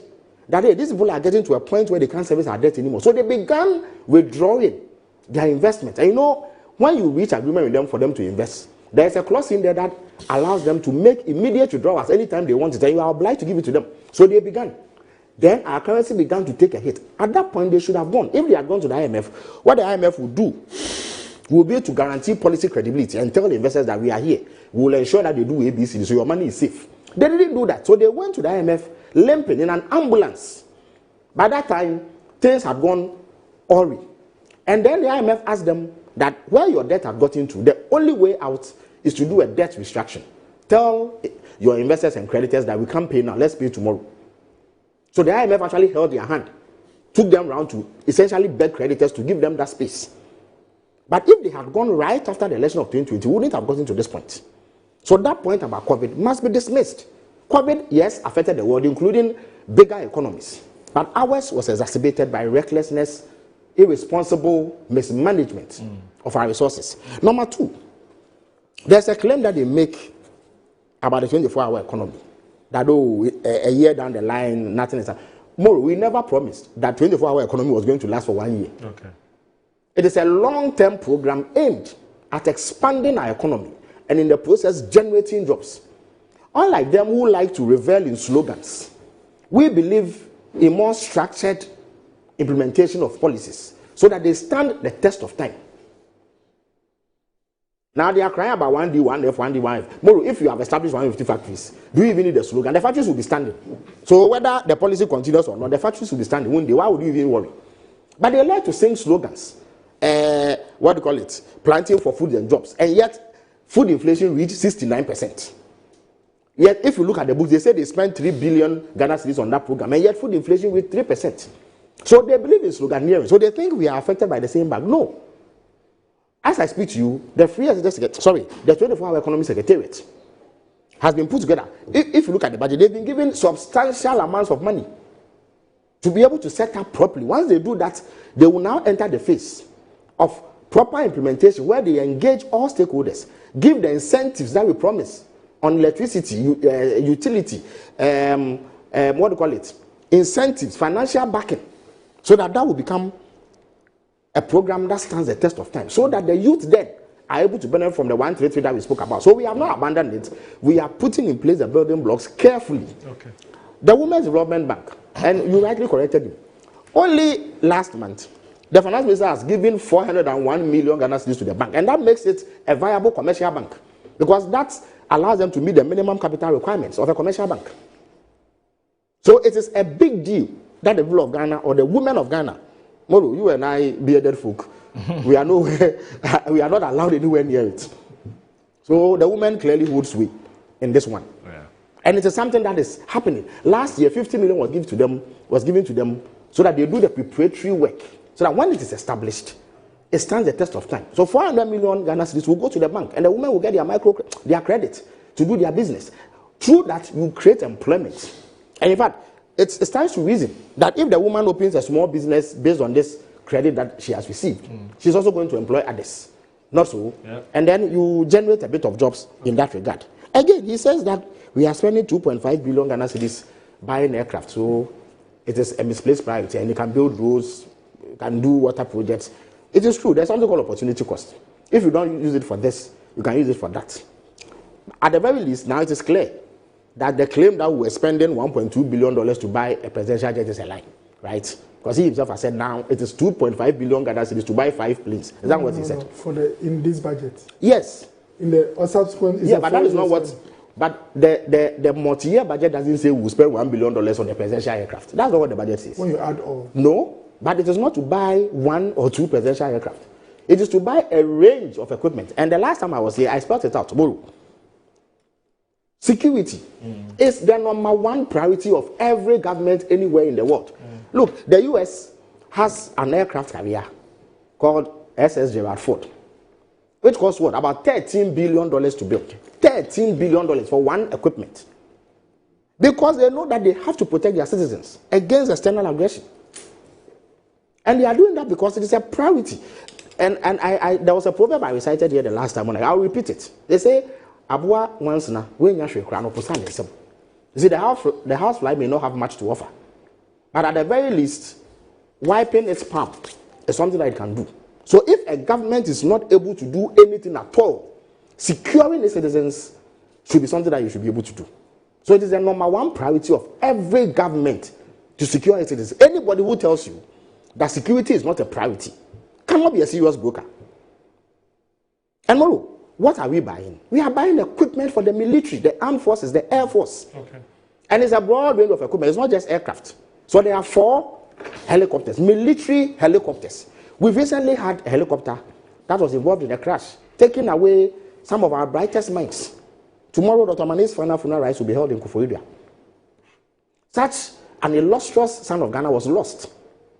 And one of the reasons when the experts undertook the investigation and presented the report, they stated it, that the lack of advanced avionics equipment in that aircraft contributed to the accident, and that if they had it, they would have had greater terrain awareness and be able to avoid the obstacles that led to this crash. Why should we endanger the people we have spent money to train to protect us by air? So government has taken a decision to retool the armed forces over a 4-year period, buying armored carrier personnel. And indeed, they actually entered the contract for the armored carrier personnel from Israel. They paid $40 million to the company. The company says they won't supply until we have paid another 40. That's the contract they signed. So we have to look for $40 million to add to it so that we can get 19 armored personnel carrier, what we colloquially call armored car. There are vessels, 2 vessels, high capacity vessels that we need to police our territorial waters. It is part of the expenditure that we've programmed for the next 4 years. There are other equipment for the Air Force. There's a jet that is being bought. Of course, it will be for executive use as well. But even that aircraft is a military platform. It's an Air Force platform. That aircraft will be piloted by the Chief of Air Staff. It is a platform that they have. They have said that the current Falcon 900EX has become too costly to maintain because of the frequent breakdown. Under them, it went for maintenance for 9 months. Under us, it has gone for maintenance for 8 months. Every now and then, a new fault is detected. It's about 15 years old. So they say that rather than constantly use it in this unreliable shape, today it's available, tomorrow it's not available, we have to go and repair at great cost. If you rent also, as President Akufo-Addo was doing, it can cost you up to $3 million a week if you are in the possession, because sometimes the president has to travel to multiple countries, so it's not convenient for the aircraft to leave and come back. He has to have access to the aircraft over the period that, if you have it at $18,000 an hour for 1 week, that's $3 million. It is not prudent use of resources. So the Air Force recommends, among other things, all the equipment that they have asked for, that this additional platform be available for executive travel and other uses. That's all. So to say that retooling the armed forces is a misplaced priority, and the only thing that we need to do is to build hospitals or roads, is to miss the point. Big push. He says that there was a deficit in big push spending. You see, and I explained this during the budget debate. You see, big push is a multi-billion cedi project. In fact, last year, 13.9 billion was allocated for it. This year, 13.9 billion was allocated for it. Next year, another 30 billion, bringing it to 43.9 billion, or let's say 44 billion Ghana cedis. The minister's position is this. As I speak tomorrow, the minister has close to $1 billion in the big push account. The minister says that government's policy is that we won't pay mobilization to contractors. Sometimes you are required to pay 20 or 30% to contractors as mobilization so that they start the project. So the minister says that you record that President Mahama said, of course, lightheartedly, that he's not going to allow wheelbarrow contractors anywhere near big push. That term is used to refer to contractors who do not have the means to execute projects and they have to rely solely on government. And that is risky because you can lead to situations where the project is stalled. Right. There are contractors who are giving mobilization and don't show up. As is the case for an Indian company that they gave $30 million to for a road between, is it Savilugu or something like that. Okay. Who took $30 million and has not shown up? They gave him mobilization. So the minister says, no, I won't give mobilization. However, if you raise a certificate after having done work and it is certified to represent or reflect the exact amount of work you've done, I will pay you within a matter of 30 days. So the money is there. And as I speak to you, there are about 30 projects that are ongoing. When certificates become due for those projects, they will be paid. So, Moro, anybody who tells you that releases have not been made for big push is not true. There's $1 billion ring fence for it, as I speak to you now. Let me quickly move on to some propaganda too that they do. They say, oh, we have spent $10 billion. The Bank of Ghana has spent $10 billion intervening in the forest market to show up the city. And that we could have just spent $4 billion of that to do the big push. Indeed, I have seen a video in which a TV presenter and some panelists are arguing this way. With the greatest respect to them, that is high-profile ignorance. You know, the Bank of Ghana does not dash forex to the market. You see, forex, foreign exchange, that's the official term. It's like any other commodity. It's like Okoboy's nice suit. It is sold for a price. If there is scarcity of these suits, multiple bidders will put in money. And that is likely to raise the price. It is basic economics. And he himself alluded to how demand can impact prices. So if there's a shortage of forex, people bid and are prepared to pay higher than the other person so that they secure it. The entity in Ghana that has the legal status to sell forex, or as it were, procure forex for release onto the market, is the Bank of Ghana. Their law mandates them to do so. So the banks or commercial banks, through which businesses also secure forex, buy forex from the Bank of Ghana. So they go and give the Bank of Ghana cedis, the cedi equivalent of how much forex they want. The Bank of Ghana takes that money, gives it to Gold Board to purchase gold. The Gold Board then exports that gold, gets dollars and brings it back to the Bank of Ghana. So it's not like the Bank of Ghana goes into its vaults, takes dollars and go and give it to commercial banks for free, so that you can use that same money to go and build a hospital or finance 24-hour economy. So the MPP and their propagandists must cut out this propaganda. It doesn't do them justice when they argue this way. So the Bank of Ghana calls it intermediation. Basically, they are a middleman between the source of the forex and the commercial banks, who also do business with forex bureaus and other operators in the economy. This is how it works. So it's not like there was $10 billion lying there doing nothing and they just decided to pump it. And you see, Moro, the cost of living, which generates hardships, is the biggest problem of the Ghanaian. Every government that has lost election in this country can trace the loss to sentiments about cost of living and hardships. And I'm sure Okoboy will bear me out. Indeed, Asantehene has a famous video in which he says that Ghana afford a company in Nibre and the Tuaba.